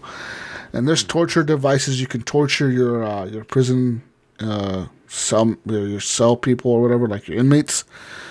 You can torture them and kill them. Eventually you kill them. You torture them till you kill them, but you gain information from torturing them. So you gain like valuable information, like hey, there's this secret base over here from this other criminal organization or whatever, because there's other. I was getting ready to ask whether there's other there's other evil geniuses you're competing against. So you're trying to be like the most evil genius or whatever. You know what I mean? But like right now, I think at first it was only one evil genius that I was competing against because I saw them on the map, and then all of a sudden like another one popped up recently. Like I said, like hey, there's a new criminal network over here or whatever, and it popped up. Yeah, it popped up like in the UK or something, and the first one was like in Russia. So I'm like, oh fuck, there's another one in the UK. Like that's trippy. So I got to deal with these motherfuckers, man. I got to become the best evil genius to take care of them. But yeah, everything's very cartoony. All the stuff you can buy for your base, all the upgrades, it's all like the shit you see in the cartoon, like laser walls and fucking, like the punching glove comes out of the wall and hits him in the face or whatever. Oh, dumb shit like that. Cool game, man. Cool game. Anyways, that's all I've been playing, really. I look forward to playing some more Days Gone, some more Spider-Man. I actually look forward to playing some of that Oddworld game on the PS5. Oh, yeah. Because that's a PS Plus game. Yes, I see that. Yeah, Oddworld. I forget what it's called. Oddworld something, right? Soulstorm? Yeah, I think that's what it is. Mm-hmm. Yeah. I remember the old one. There's an old PC one. Is there? Abe's Odyssey, maybe it's called. It's like Oddworld Abe's Odyssey, maybe. Yeah, you're right. I think I own one on PC even. That's on the original PlayStation also. But Oddworld, Abe's Exodus, Abe's Odyssey, and New and Tasty was in 2014. Yeah, Abe's Odyssey is the one I think I own. Yeah. And this says here New and Tasty was in 2014. I guess I'll play Oddworld. I don't know. Looks kind of lame, but I'll check. Yeah, it's kind of old school. Anyways, guess it's news time, right, Mayo? Yeah, unless you want to do that console corner. It's in the console corner. Well, I actually was able to see this, and this benefited me actually because now I'm a PS Plus member. Oh, and let's I go. know for March, right, 2021, I get these 3 games coming up in March. Jesus, Days Gone is one of them. Game I do not own, so I definitely have to claim that. The other game is Zombie Army 4 Dead War. Cool. Seems like it'd be a good game. Never bought one or played one before, but seemed like it'd be a good, fun game to play. Worth having in my library for sure. And then, the third one is the PS5 version of Oddworld Soulstorm. Nice. And then thanks to Gunny, he updated our notes over here. Our Xbox One. What do we get? We get Vikings, Wolves of Midgard. And I don't know what that game is. At least the PlayStation ones, I know what they are. What the fuck is that? I don't know. Wolves of Midgard, Vikings. Oh my god. Okay. Okay, then the 360 game is Dark Void. Mm-hmm. And they did add the great game of Game Pass. They did add Outriders, a.k.a. Server Malfunction, the game. Oh, okay. That's what Gunny typed it in as the name. Server all right. And he says on here, on the mighty Epic Store, Tales of the Neon Sea is free. So go claim your free Epic Store game. It's kind of like the PlayStation thing for me. It's like, even though I don't have a PlayStation right now, if you don't have a PC and you plan on getting a PC, just get that shit. Just create an account and get these. The same thing I did with PlayStation. I paid for a year of PS Plus. I don't own a PlayStation yet. Mm-hmm. And I just go ahead and just claiming these so I have them in my library. So when I do get my PS5, they're there. Yep. So, I mean, but that's it. One of the big games here that I don't know if you mentioned this, Truck Racing Championship, Mal. What's this on? Xbox Live Gold. You're going to drive big, heavy, big rigs to victory. Sounds like a Gunny game, and he didn't even put it in the notes. I know, right? Come on, Gunny. This is a total Gunny game right here. Yeah, Mayo, what's up with these games, dude? Okay, come on, really? Truck Racing Championship and Viking Wolves of Midgard. Okay, come on. At what point? Why do we have these gold games? Why does gold exist? Right, that's what I was going to say. Is why not just put it on Game Pass and be done with it? Why get rid not of gold altogether? That's my point. I think at this point, Microsoft should just be like, you know what, guys, this is too confusing for our consumers. Would you miss anyone? Like, I would not miss it one bit. Let's say here, anyone that has Xbox Live Gold, whatever month you have on Xbox Live Gold, we'll convert it to Xbox Live Ultimate, Game Pass Ultimate for free. Okay, yes, we're going to lose a lot of money off the bat. We're converting all this shit over. But that's a one-time thing. Okay, and there's going to be no more Xbox Live Gold. Xbox Live Gold is done. Game Pass Ultimate is the way forward. You know what? You still... But, like, what do you charge people that don't want the Game Pass? I guess you just have to have Game Pass at that point, right? You just have to have it. Yeah, that's what I think that's the best way Microsoft should just do this, right? Force everyone to have Game Pass. And then everyone just has it. You just never question it. You know what I mean? Like, right. Like, if you just... You have this option or that option. You have it or you don't. Yeah. You either, okay, so we're converting everyone from Xbox Live Gold over to Ultimate. Once Ultimate is over, I guess you can have Ultimate or just regular Game Pass. But it both acts like Xbox Live Gold. You can play online multiplayer with your friends. And either one, it's just that the Ultimate has the PC and the console one together. Right? Say you just want Game Pass, Game Pass works as Xbox Live Gold, and you just have that, and that's it. You don't have to worry about the PC if you don't want to. But if you have a PC and a console, then Ultimate is the way for you because you combine both of them for the price of 1.5, right? Mm-hmm. And there, you save $5 if you combine both. You don't have to have both. You can just pay for Game Pass for $10, and that's it. Why not do that? And then, because at this point it's too confusing. There's Xbox Live Gold. It's like, why the fuck does that even exist? Why? What's the point of it, dude? There's no I feel point. like they mailed it in, like you said in these games. Yeah. They don't even make an attempt. Like, I don't know any of these games. I mean, I'm not into the ecosystem well, but I don't think you even know these games. No. You're in that ecosystem. No. You know, and but I can look at that PlayStation list, and I know Days Gone. Yeah. I know Zombie Army 4, and I know Oddworld. You know. Yeah. So it's like, what's like Xbox? You're winning right now, dude. Kick ass and just get rid of gold and make everything Game Pass, and then guess what? Guess what they could do at that point, Mayo? They could say to any publisher that wants to put their game on Game Pass, we have 150 million Game Pass members. You know what I mean? Or whatever the fuck, you know? You're gonna reach 150 million people by putting your game yeah, on Game or whatever the fuck, however many. Say they have like 70 million active gold members. If they convert those all to Game Pass people, you're going to be able to tell a player, like a company, like, hey, you can reach 70 million gamers with us. Why not put it with us? And they're going to be like, fuck yeah, let's go, let's do this. You know what I mean? Right. Like, that's going to be a no-brainer, dude. But, like, I don't get why they just don't do it. Maybe it's greed. Maybe they want more money. I don't know. Yeah. What else could it be, man? You know what I mean? I don't know. It's just confusing and weird, and yeah, they're just stuck in that weird spot. Like, they're trying to transition, but they're just not doing it very fast. Like, they should just do very it. Slow steps. They are, right? Like, they're just afraid to pull that cord. Yeah, like, just do it, Microsoft. Just fucking make everyone make either you're a Game Pass member, motherfucker, or you're not. And if you're not, guess what? You can't play online. Oh. Guess what everyone's going to be all of a sudden? Everyone will be a Game Pass member, even if they want to be or not. Right. I'm just saying, Mayo. I'm just fucking saying, bro. Anyways. I agree. Anyways, how about some news, Jesus? Let's get some good news going on here. We want some news. It's news time. Speaking of news, let's talk about some Nintendo news. Gotta have the Nintendo news. A copy of Super Mario Bros. Or Brothers.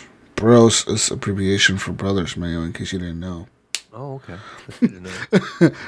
for the Nintendo Entertainment System just sold for $660,000 at an auction, making it the highest priced video game collectible ever sold. See, this is why Nintendo's king. You'll never see a $660,000 Xbox PlayStation game or PlayStation game. Wow. The previous record holder was the prototype Nintendo PlayStation. Oh yeah, which sold through Heritage Auctions in 2020 for $360,000. Almost half.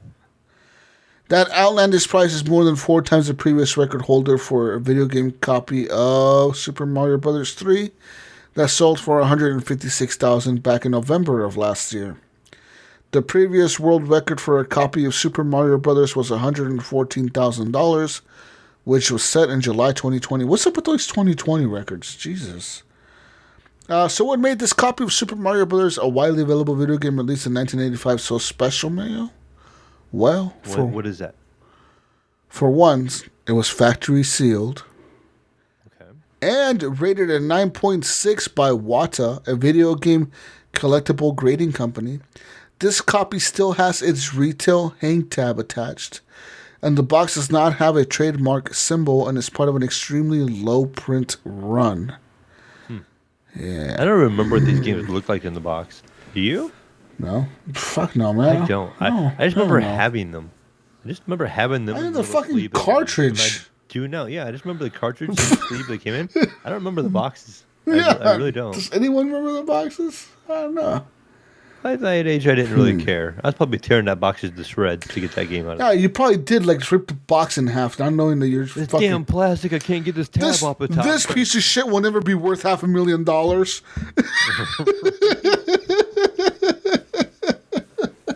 That was never even a thought, Jesus. Imagine if Little Mayo would have thought, man, I'm going to keep these all sealed. I'm never going to play them. 20 years from Never open it, just put it in the storage. No lights. 30 years from now, I'm going to sell these at an auction for $500,000. Oh, only if, huh, man? Only if. Only if. Yeah. It says here the record. Fancy little case they have it in there. Yeah, those are the cases they put them in when they grade them. Grade it. Yeah, that's what the box looks like then, huh? That's what the box is like, man. There you go. It says here the record-setting auction for Super Mario Brothers wasn't the only impressive sale of the evening. A copy of Mike Tyson's Punch-Out! Mayo sold for $102,000, as did copies of Mega Man for $144,000 and Tetris for $36,000. I was waiting to see the date 2020 behind you. I was getting ready to say it's all the same guy buying the game at once.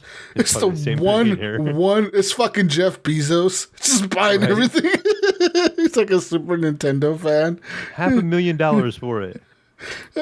Sold. I would have paid $10 million, but fuck you guys wanted only $500,000. So here you go. Yeah, I'll just do it. Nobody's outbidding me. Just take that. He just quadrupled the price. Oh man. Outriders developers. Who would have ever thought? Yeah, man. The game would go that much. $500,000. Can you imagine? Realizing that your game's fucking stupid ass copy of Mario would have been worth that much money. Yeah. Oh man, that's crazy talk.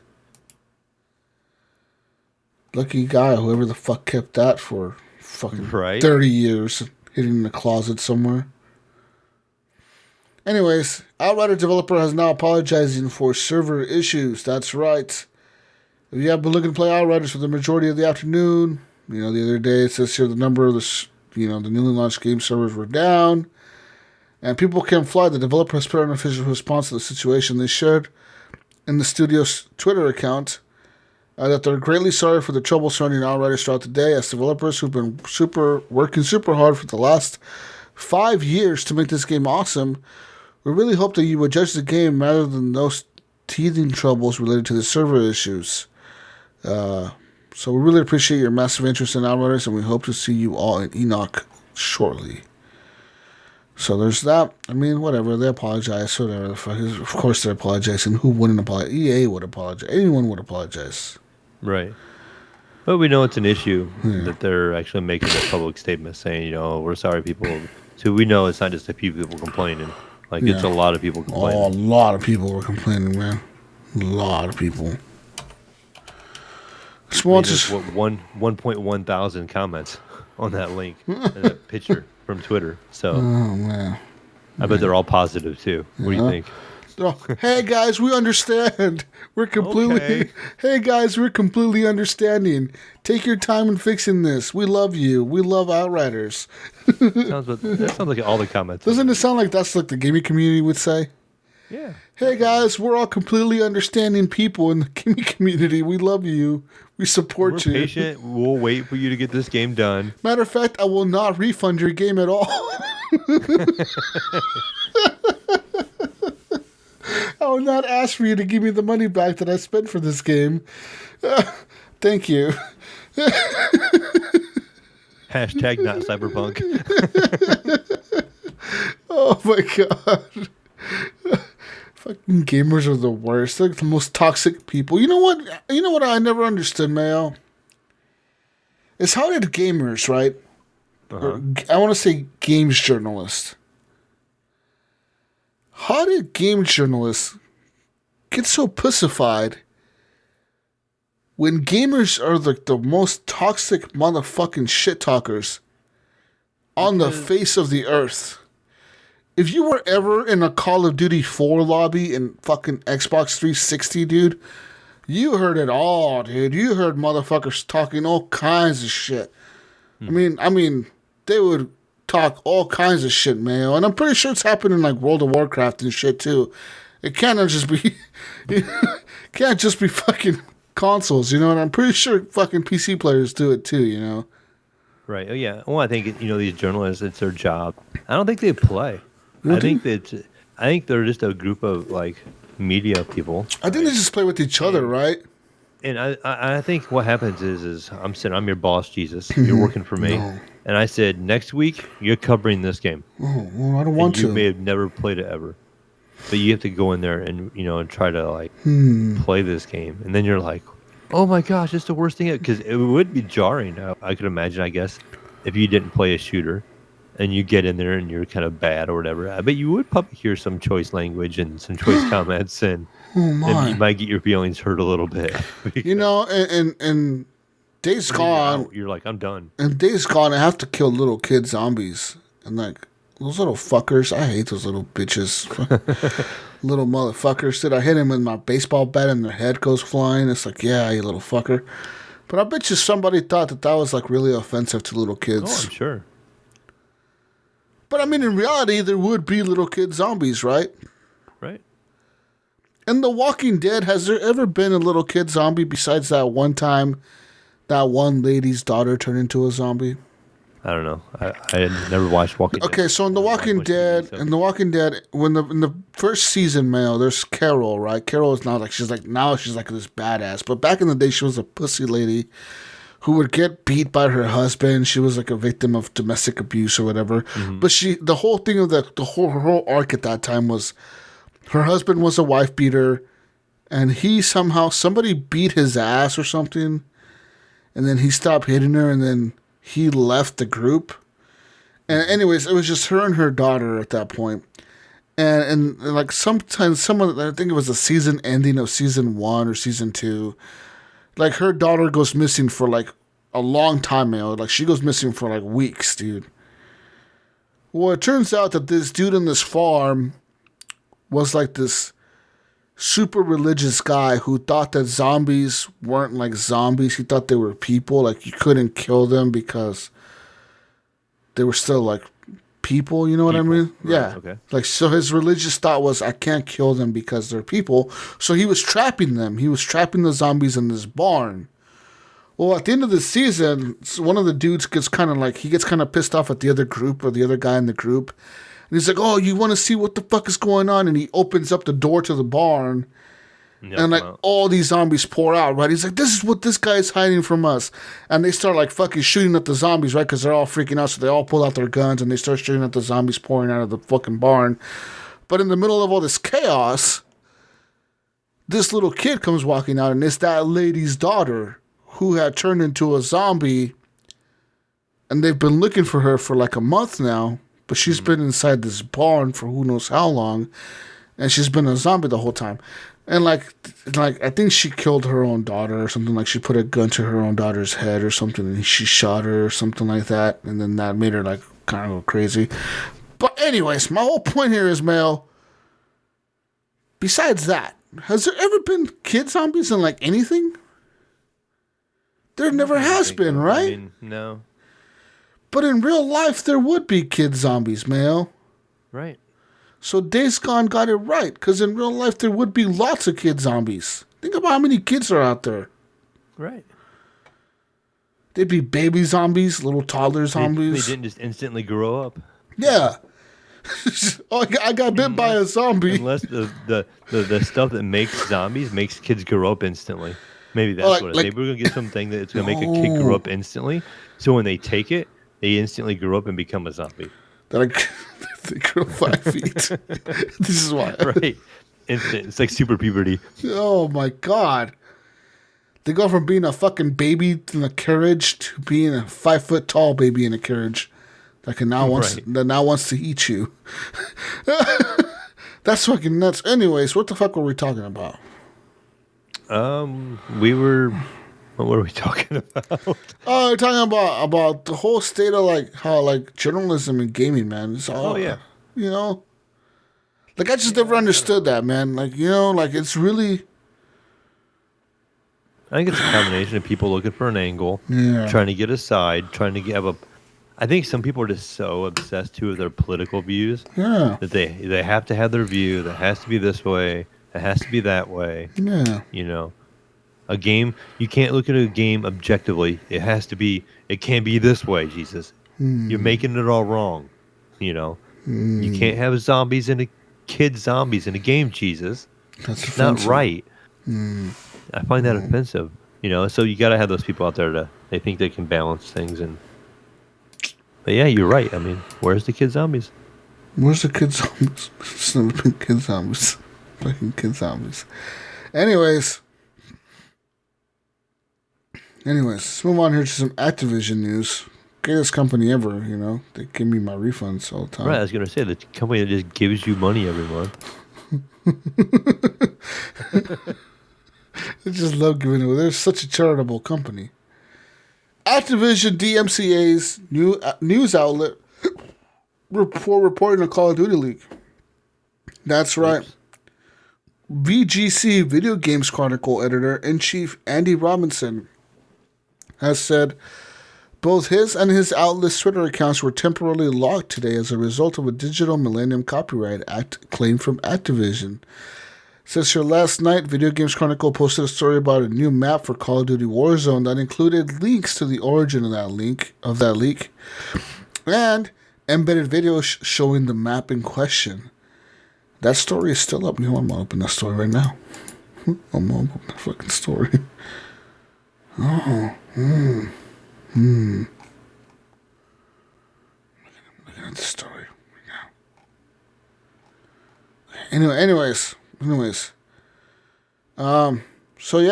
he got kind of pissed off, saying, here comes Activision removing our legitimate coverage of their leaks from Twitter, and noting that he never received any DMCA claims from any other publisher.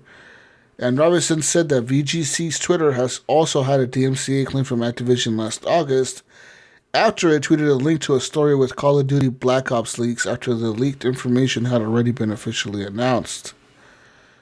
That's kind of dumb.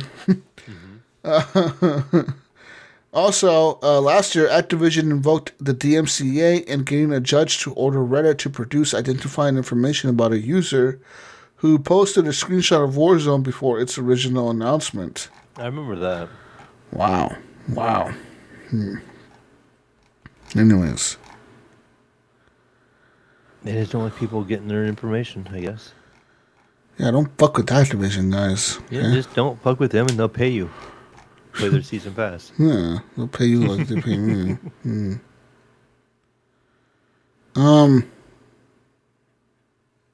Jesus, have you ever thought that you want to sit down and play Among Us with more than 10 people?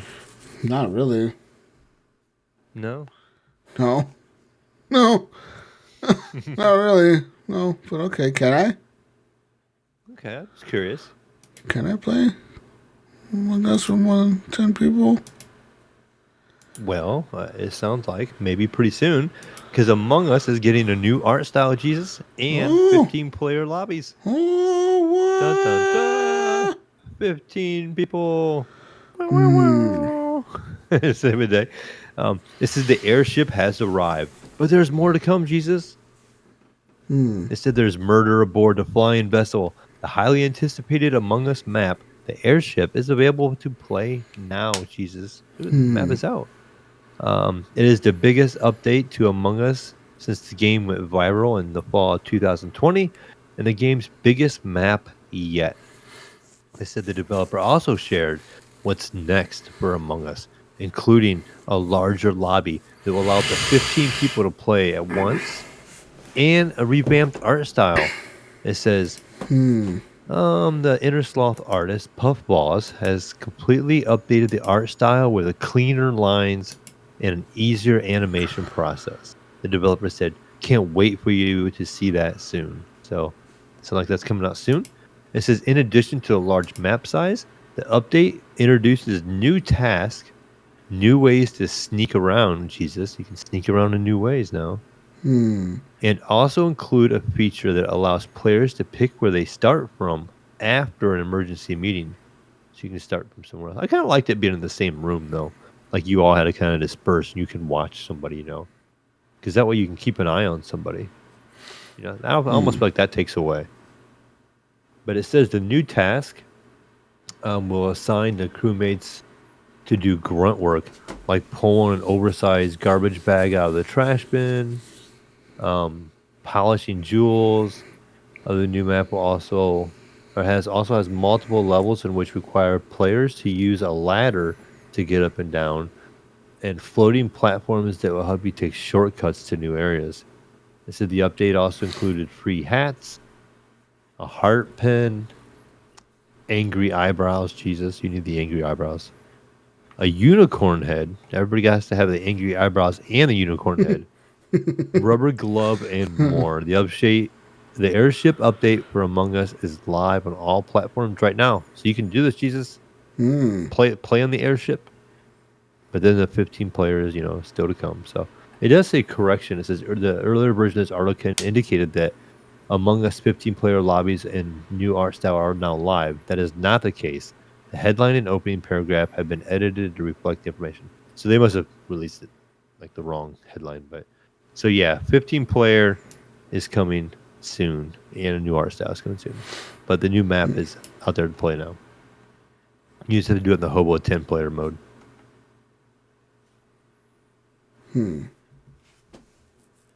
I feel like that game's kind of fallen off dramatically. It took a nosedive. I'll check it out though if someone's willing to play. 15 people. Yeah, especially get a new map and some new tasks and stuff. So, anyways, so we want to hear some more news. Remember a little game called Cloudpunk? A little game called Cloudpunk, yes. It says here, Cloudpunk announced a sequel-sized DLC with the second protagonist. That's right. Futuristic delivery driver adventure Cloudpunk is dropping off what is called a sequel-sized DLC that's apparently longer than the original game. In addition to continuing Cloudpunk's story with Reyna as the driver, the City of Ghosts DLC will also add new areas, vehicle customization, and street races. There's no expected delivery date just yet, but Ion Land says that it'll be available on PC very soon. Says here, leading the courier, Reyna is in trouble once again when City of Ghosts begins. After surviving the events of the original Cloudpunk, she has drawn the ire of monolithic courier corporation Curzona.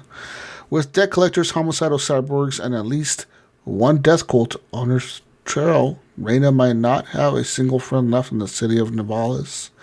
Meanwhile, deadbeat gambler Hazy has been set on an impossible task to clear all of his debts by the end of the night. Dun dun dun. Dun dun dun. Good stuff. Long story short, some new DLC for that game week. We put that in some of our top 10s for the year. Yeah, I actually need to go back and play some more of it. Yeah. Some community members really liked that game and played through it. So. Yeah, Evan liked it a lot. He said it was dope. Yeah, I think Dead Kamikaze, Bill Gardner II, he also enjoyed it quite a bit. I enjoyed it. I think it made my top 5. Yeah, it was a cool game. So yeah. So on to some more news, I guess. Some more news. What you got?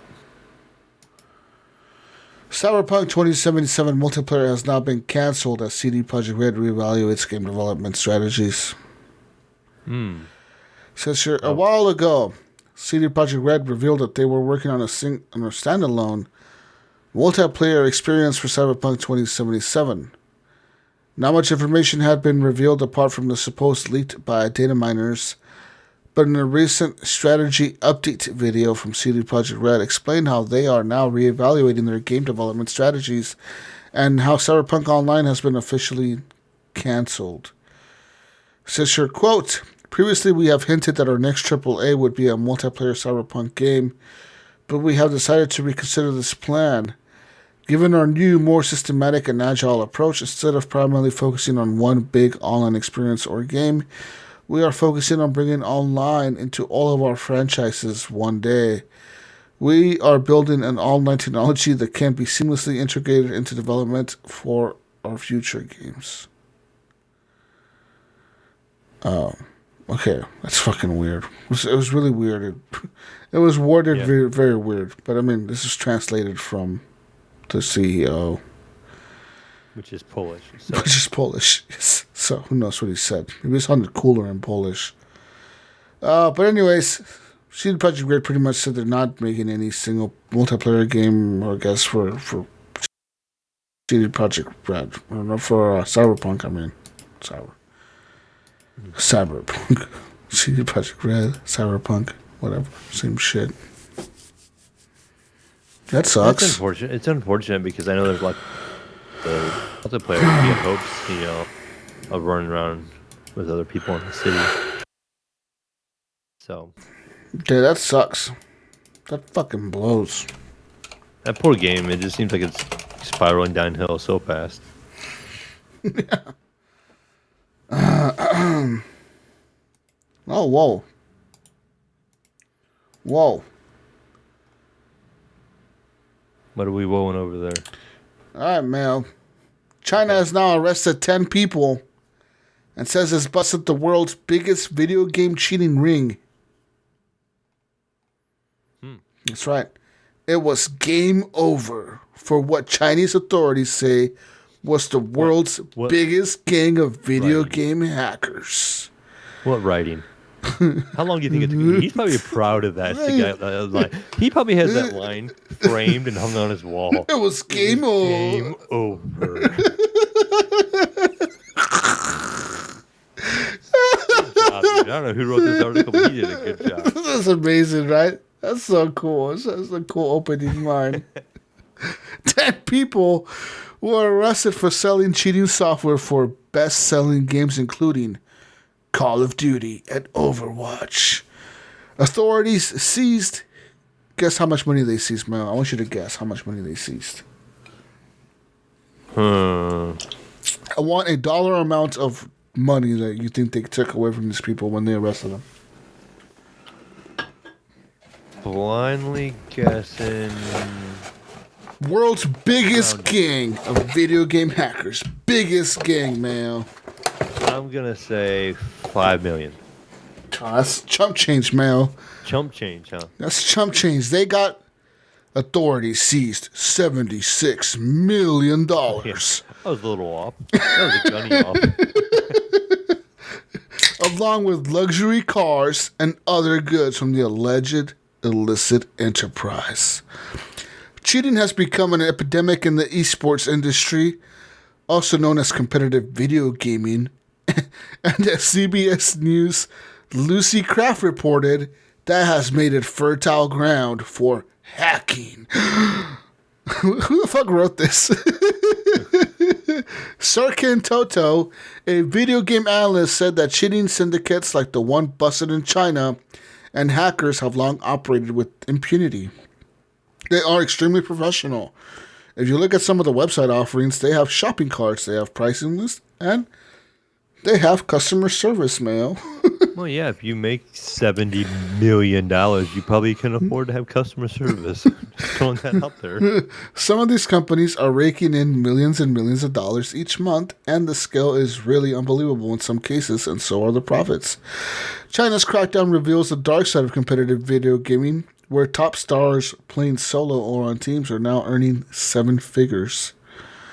Online gaming grabs so many eyeballs, it's become a political tool. Congresswoman Alexandria Ocasio-Cortez live-streamed herself playing on the Twitch gaming platform last year as hundreds of thousands tuned in. Japan has an entire hotel dedicated to esports, Mail. Hotel E-Zone opened last year in the western Japanese city of Osaka. Manager Takahiro Shimamoto said most adult customers check into the hotel on Friday and play all weekend long. Sardine-like bunks bathed in game arcade lighting are available upstairs for guests. Most people don't have lightning-fast reflexes like the professional gamers, part of what makes cheating so irresistible to some, Mayo. Instead of getting crushed in competition, using cheats can give a gamer a sharpshooter's aim and let them see through walls like Spider-Man, or like Superman. That's not Spider-Man. Esports are lagging behind in Japan compared to neighboring South Korea and China, where they've seen an astronomical growth, both online gamers are known to take shortcuts wherever they are. Says here, when we first opened the hotel, we caught 3 cheaters. Oh, 3? Chimamoto said. This year, I can't take this article serious. This year, close to 500 million fans are forecasted to watch esports, with revenues to track, or are on track to top $1 billion. Making the industry's cheating scores will remain front and center. I want to see who is China. Who is these China cheaters? I want to say China cheaters caught. Gotta be some kind of Reddit article or something. China cheaters. I'm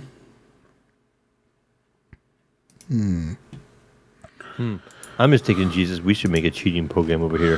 They can make $76 million off making a cheating program. We need to make a cheating program over here. Oh, okay. Okay. Oh, this is a joint effort, Mayo, between Chinese police and guess who? Guess who joined them in this joint effort to stop the Chinese hackers? Tencent.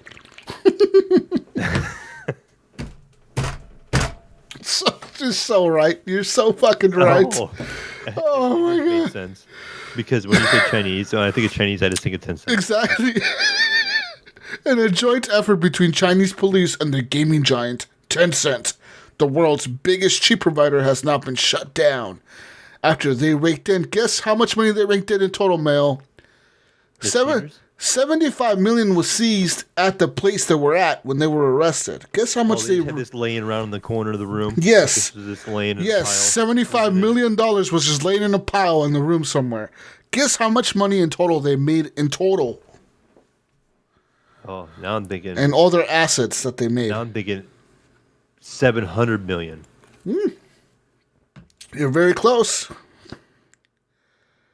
$764 million is how much money they made before being shut down. That's 3/4 of a Mayo. We're living life wrong, bro. We're doing this podcast. We need to fucking be over here making some cheater hacks for all the fucking Apex players. Come on, bro. If we were making a cheater hack, Jesus, I wouldn't feel so bad about it. Like, I wouldn't either. That kind of money. I would not feel bad at all. I'll give a fuck. Fuck you, Tencent, and fuck you, EA, and fuck you, Activision. I'd be cheating left and right. I don't give a fuck. If I was selling it, oh man, isn't that crazy? Wow. It says here in March 2020, a video game cheating ring was reported to the Chinese police. 12 months later, Mayo, and this operation has now been busted, allegedly making the biggest takedown of a cheat provider in gaming history. So do you think how the cheating ring got busted? I just picture an employee working for him. He wanted a pay raise. And he's like, you guys are making all this money. And they said no. And he probably went and told the police. Fuck you guys. I'm tell the cops. Done. That easy. It says here, the cheat providers reportedly earned more than $10,000 every day by selling in-game boosts.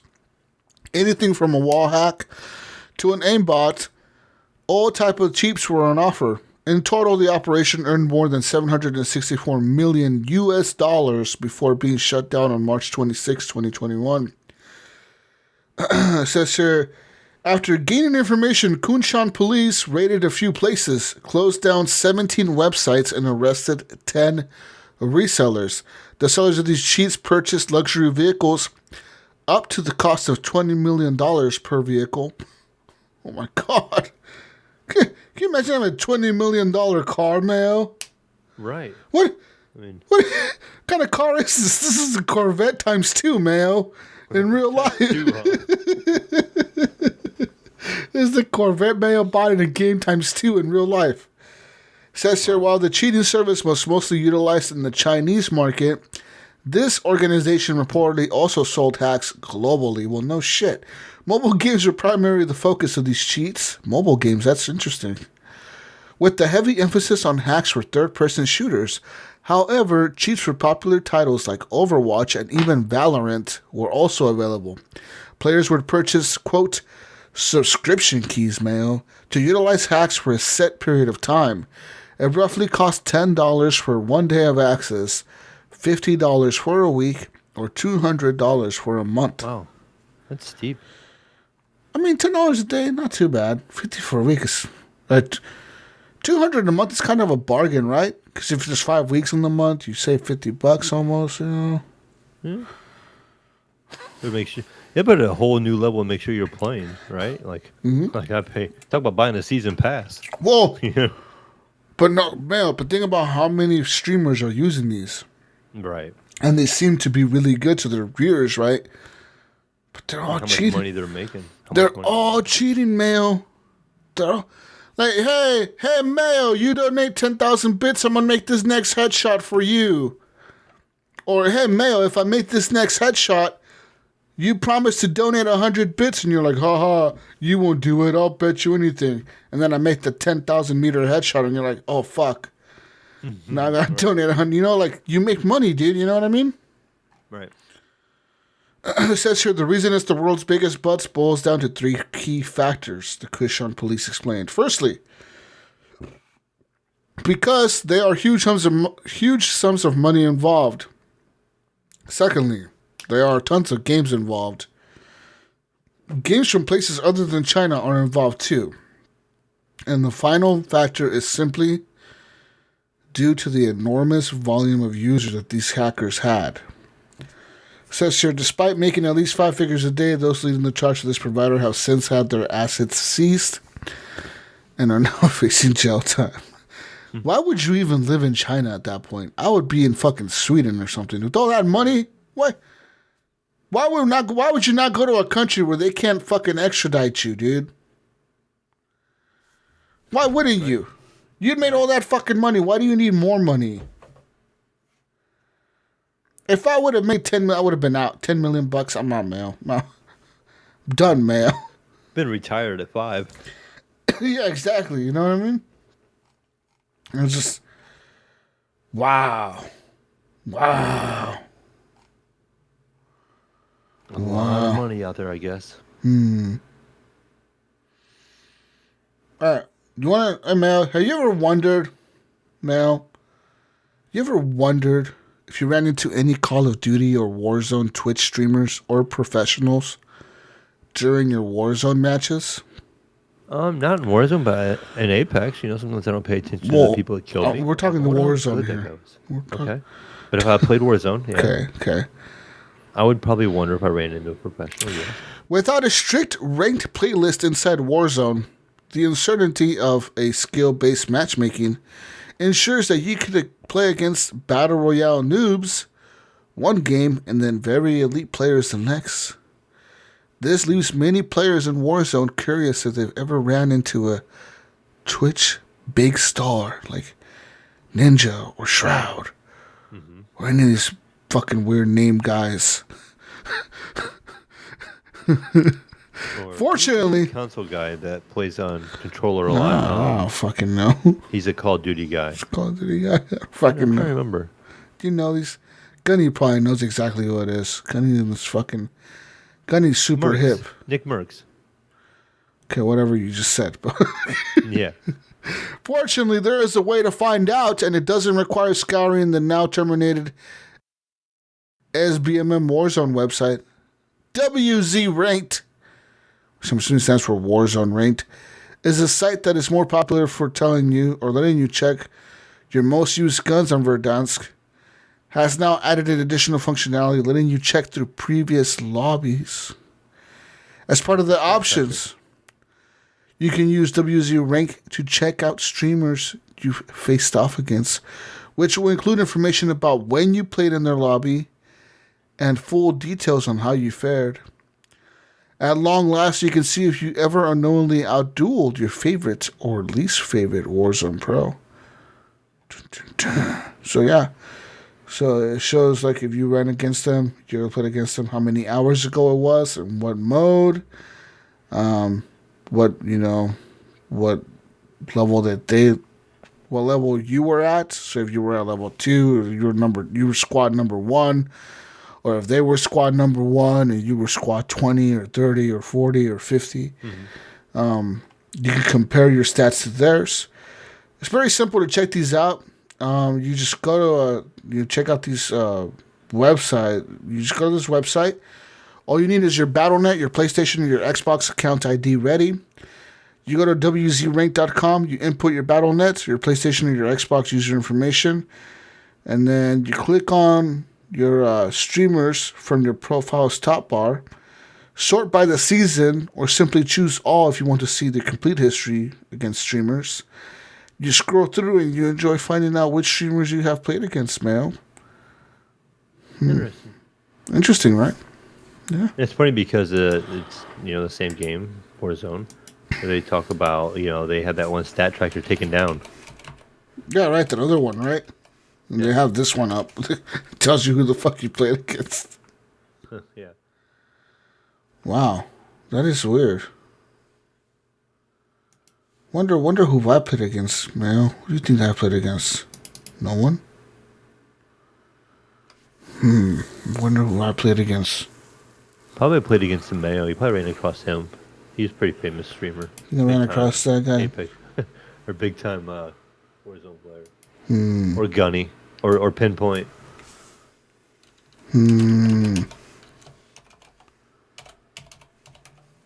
I'm gonna find out now who I played against.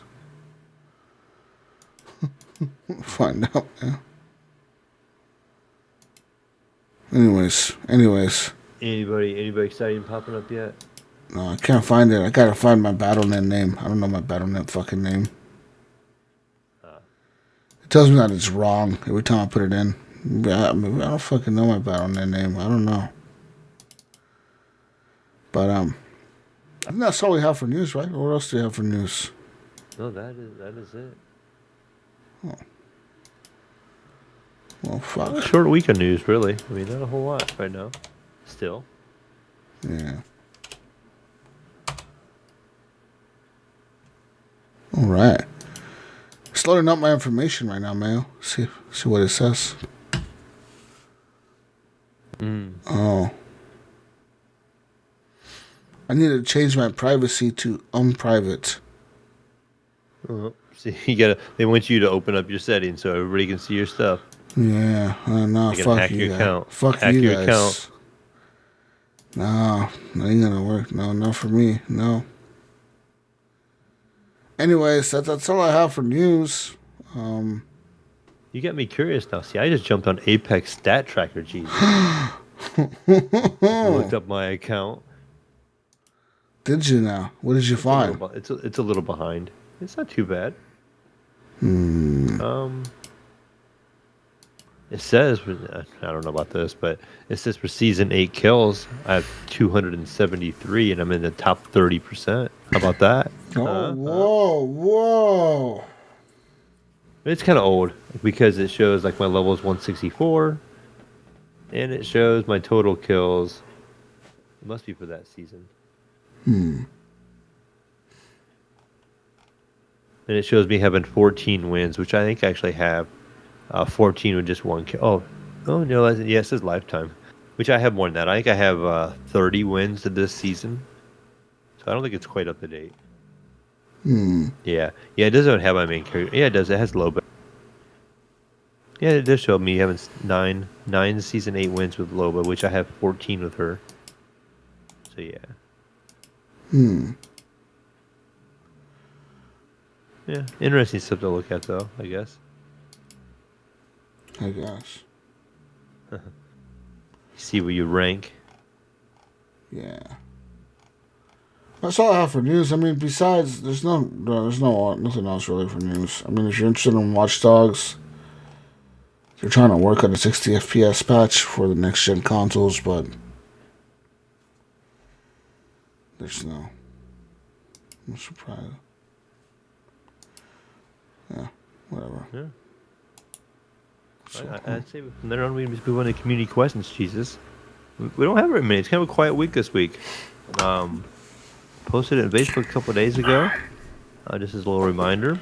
Jonathan Arcelo, or Nipron, he says, do you guys think Outriders did a good job optimizing the game for all platforms as opposed to Cyberpunk?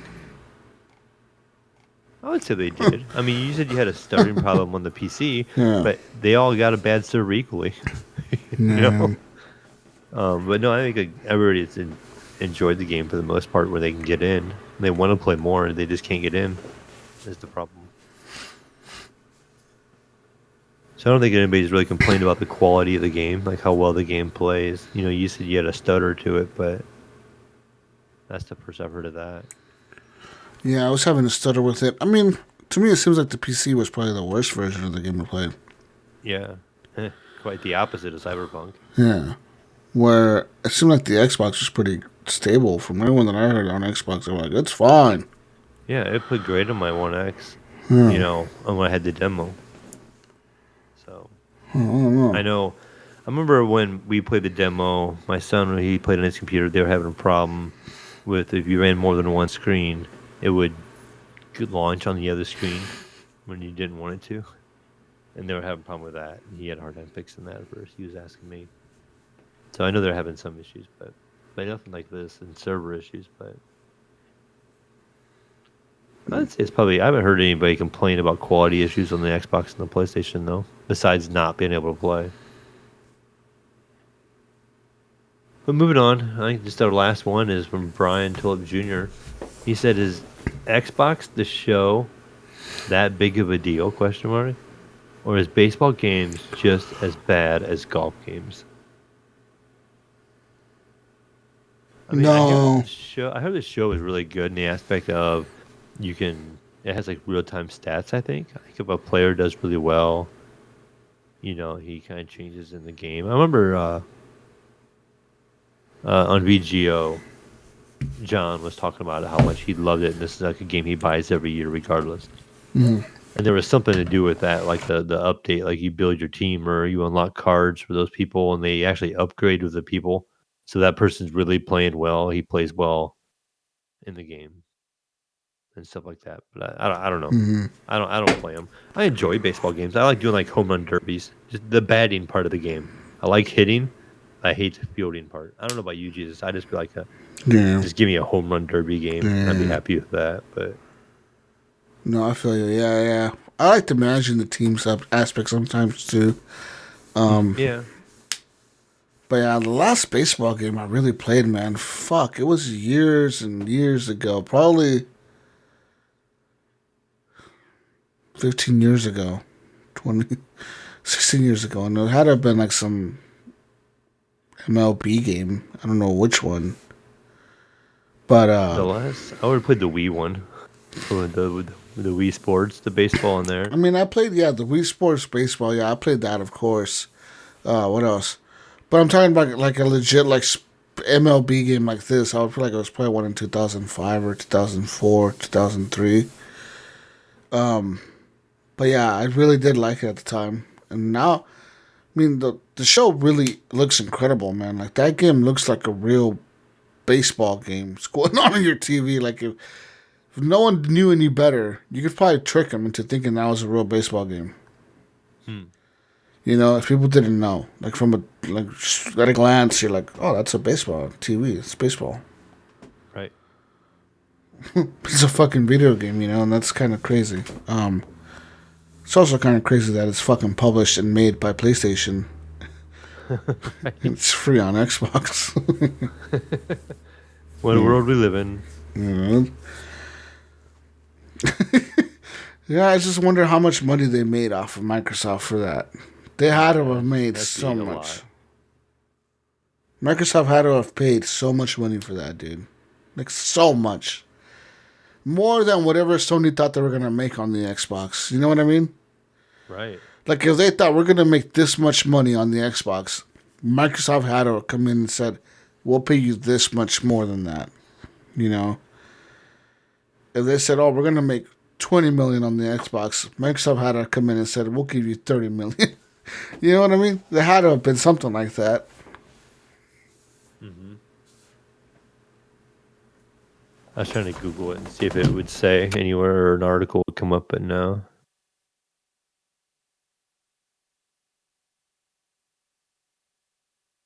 Just a whole bunch about how they wasted 26 billion, 7 million, just different things. but nothing talking about the show. Damn.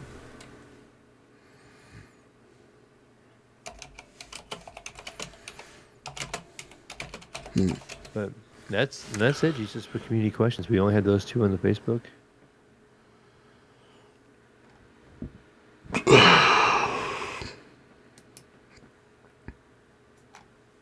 You find anything else over there?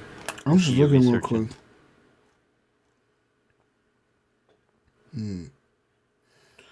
I'm researching. But it says here that... Okay, so I'm looking at stats here, Mayo. So it says here that the show in 2017 sold 1.16 million units. In 2018, it sold 1.6. It says for last year that it was showing record sales. So let's say they sold 2 million copies, right? Right. That's on PS4. 2 million at $60. It's $120 million. But they're obviously not making $60 off of every sale. They're making like more like 30 or whatever off of every sale. Yeah. But let's say whatever. Let's say Microsoft. They say we're gonna sell 1 million at $60 on the Xbox. That's 60 million.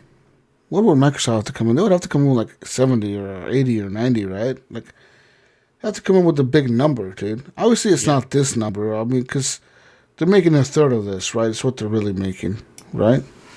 Right. I wonder if the game has crossplay now.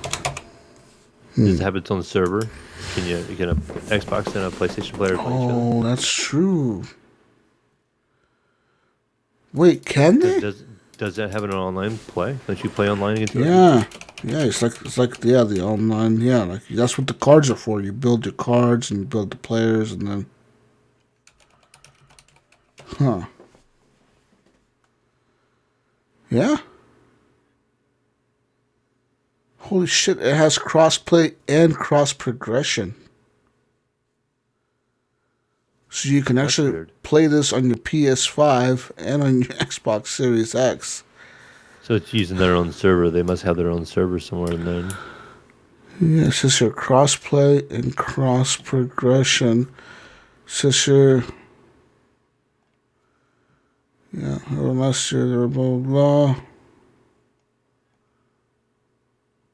blah. Yeah. Crossplay. Cross progression. That's fucking wild. So you can literally play this on any console and then buy it on another console and keep playing I it. can't even play cross progression on Outriders. I can't go to my Xbox and play on my PC with the same account. But yeah, we can do it between Xbox and PlayStation on a baseball game. Yeah, on a fucking baseball game, if anything. You know what I mean? Like, this is the one game that really is cross progression between the two. Like, a fucking baseball game? It's nuts. Yeah, I guess. I don't know, Mayo.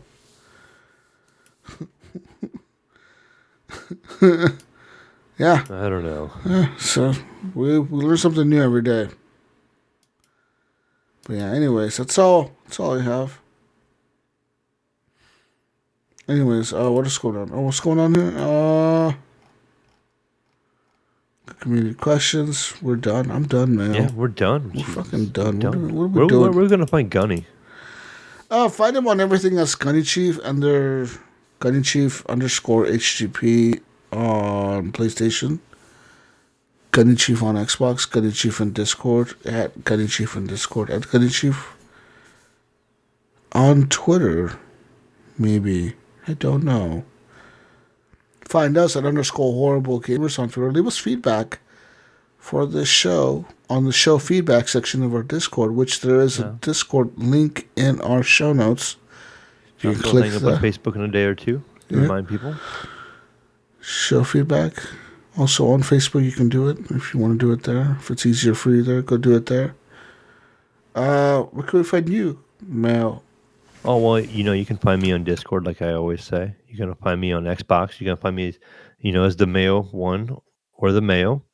You can now, I said earlier, you can find me on PS Plus. Jesus, I need friends. I have 3 people, so you can find me as the Mayo That's so 01. sad.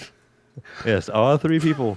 You'll, and I'm probably easy to recognize because I think I have like 1 trophy. That's Yeah. from playing. That's the Mayo, all right. Yeah, that guy with the 1 trophy. Yeah, that's me.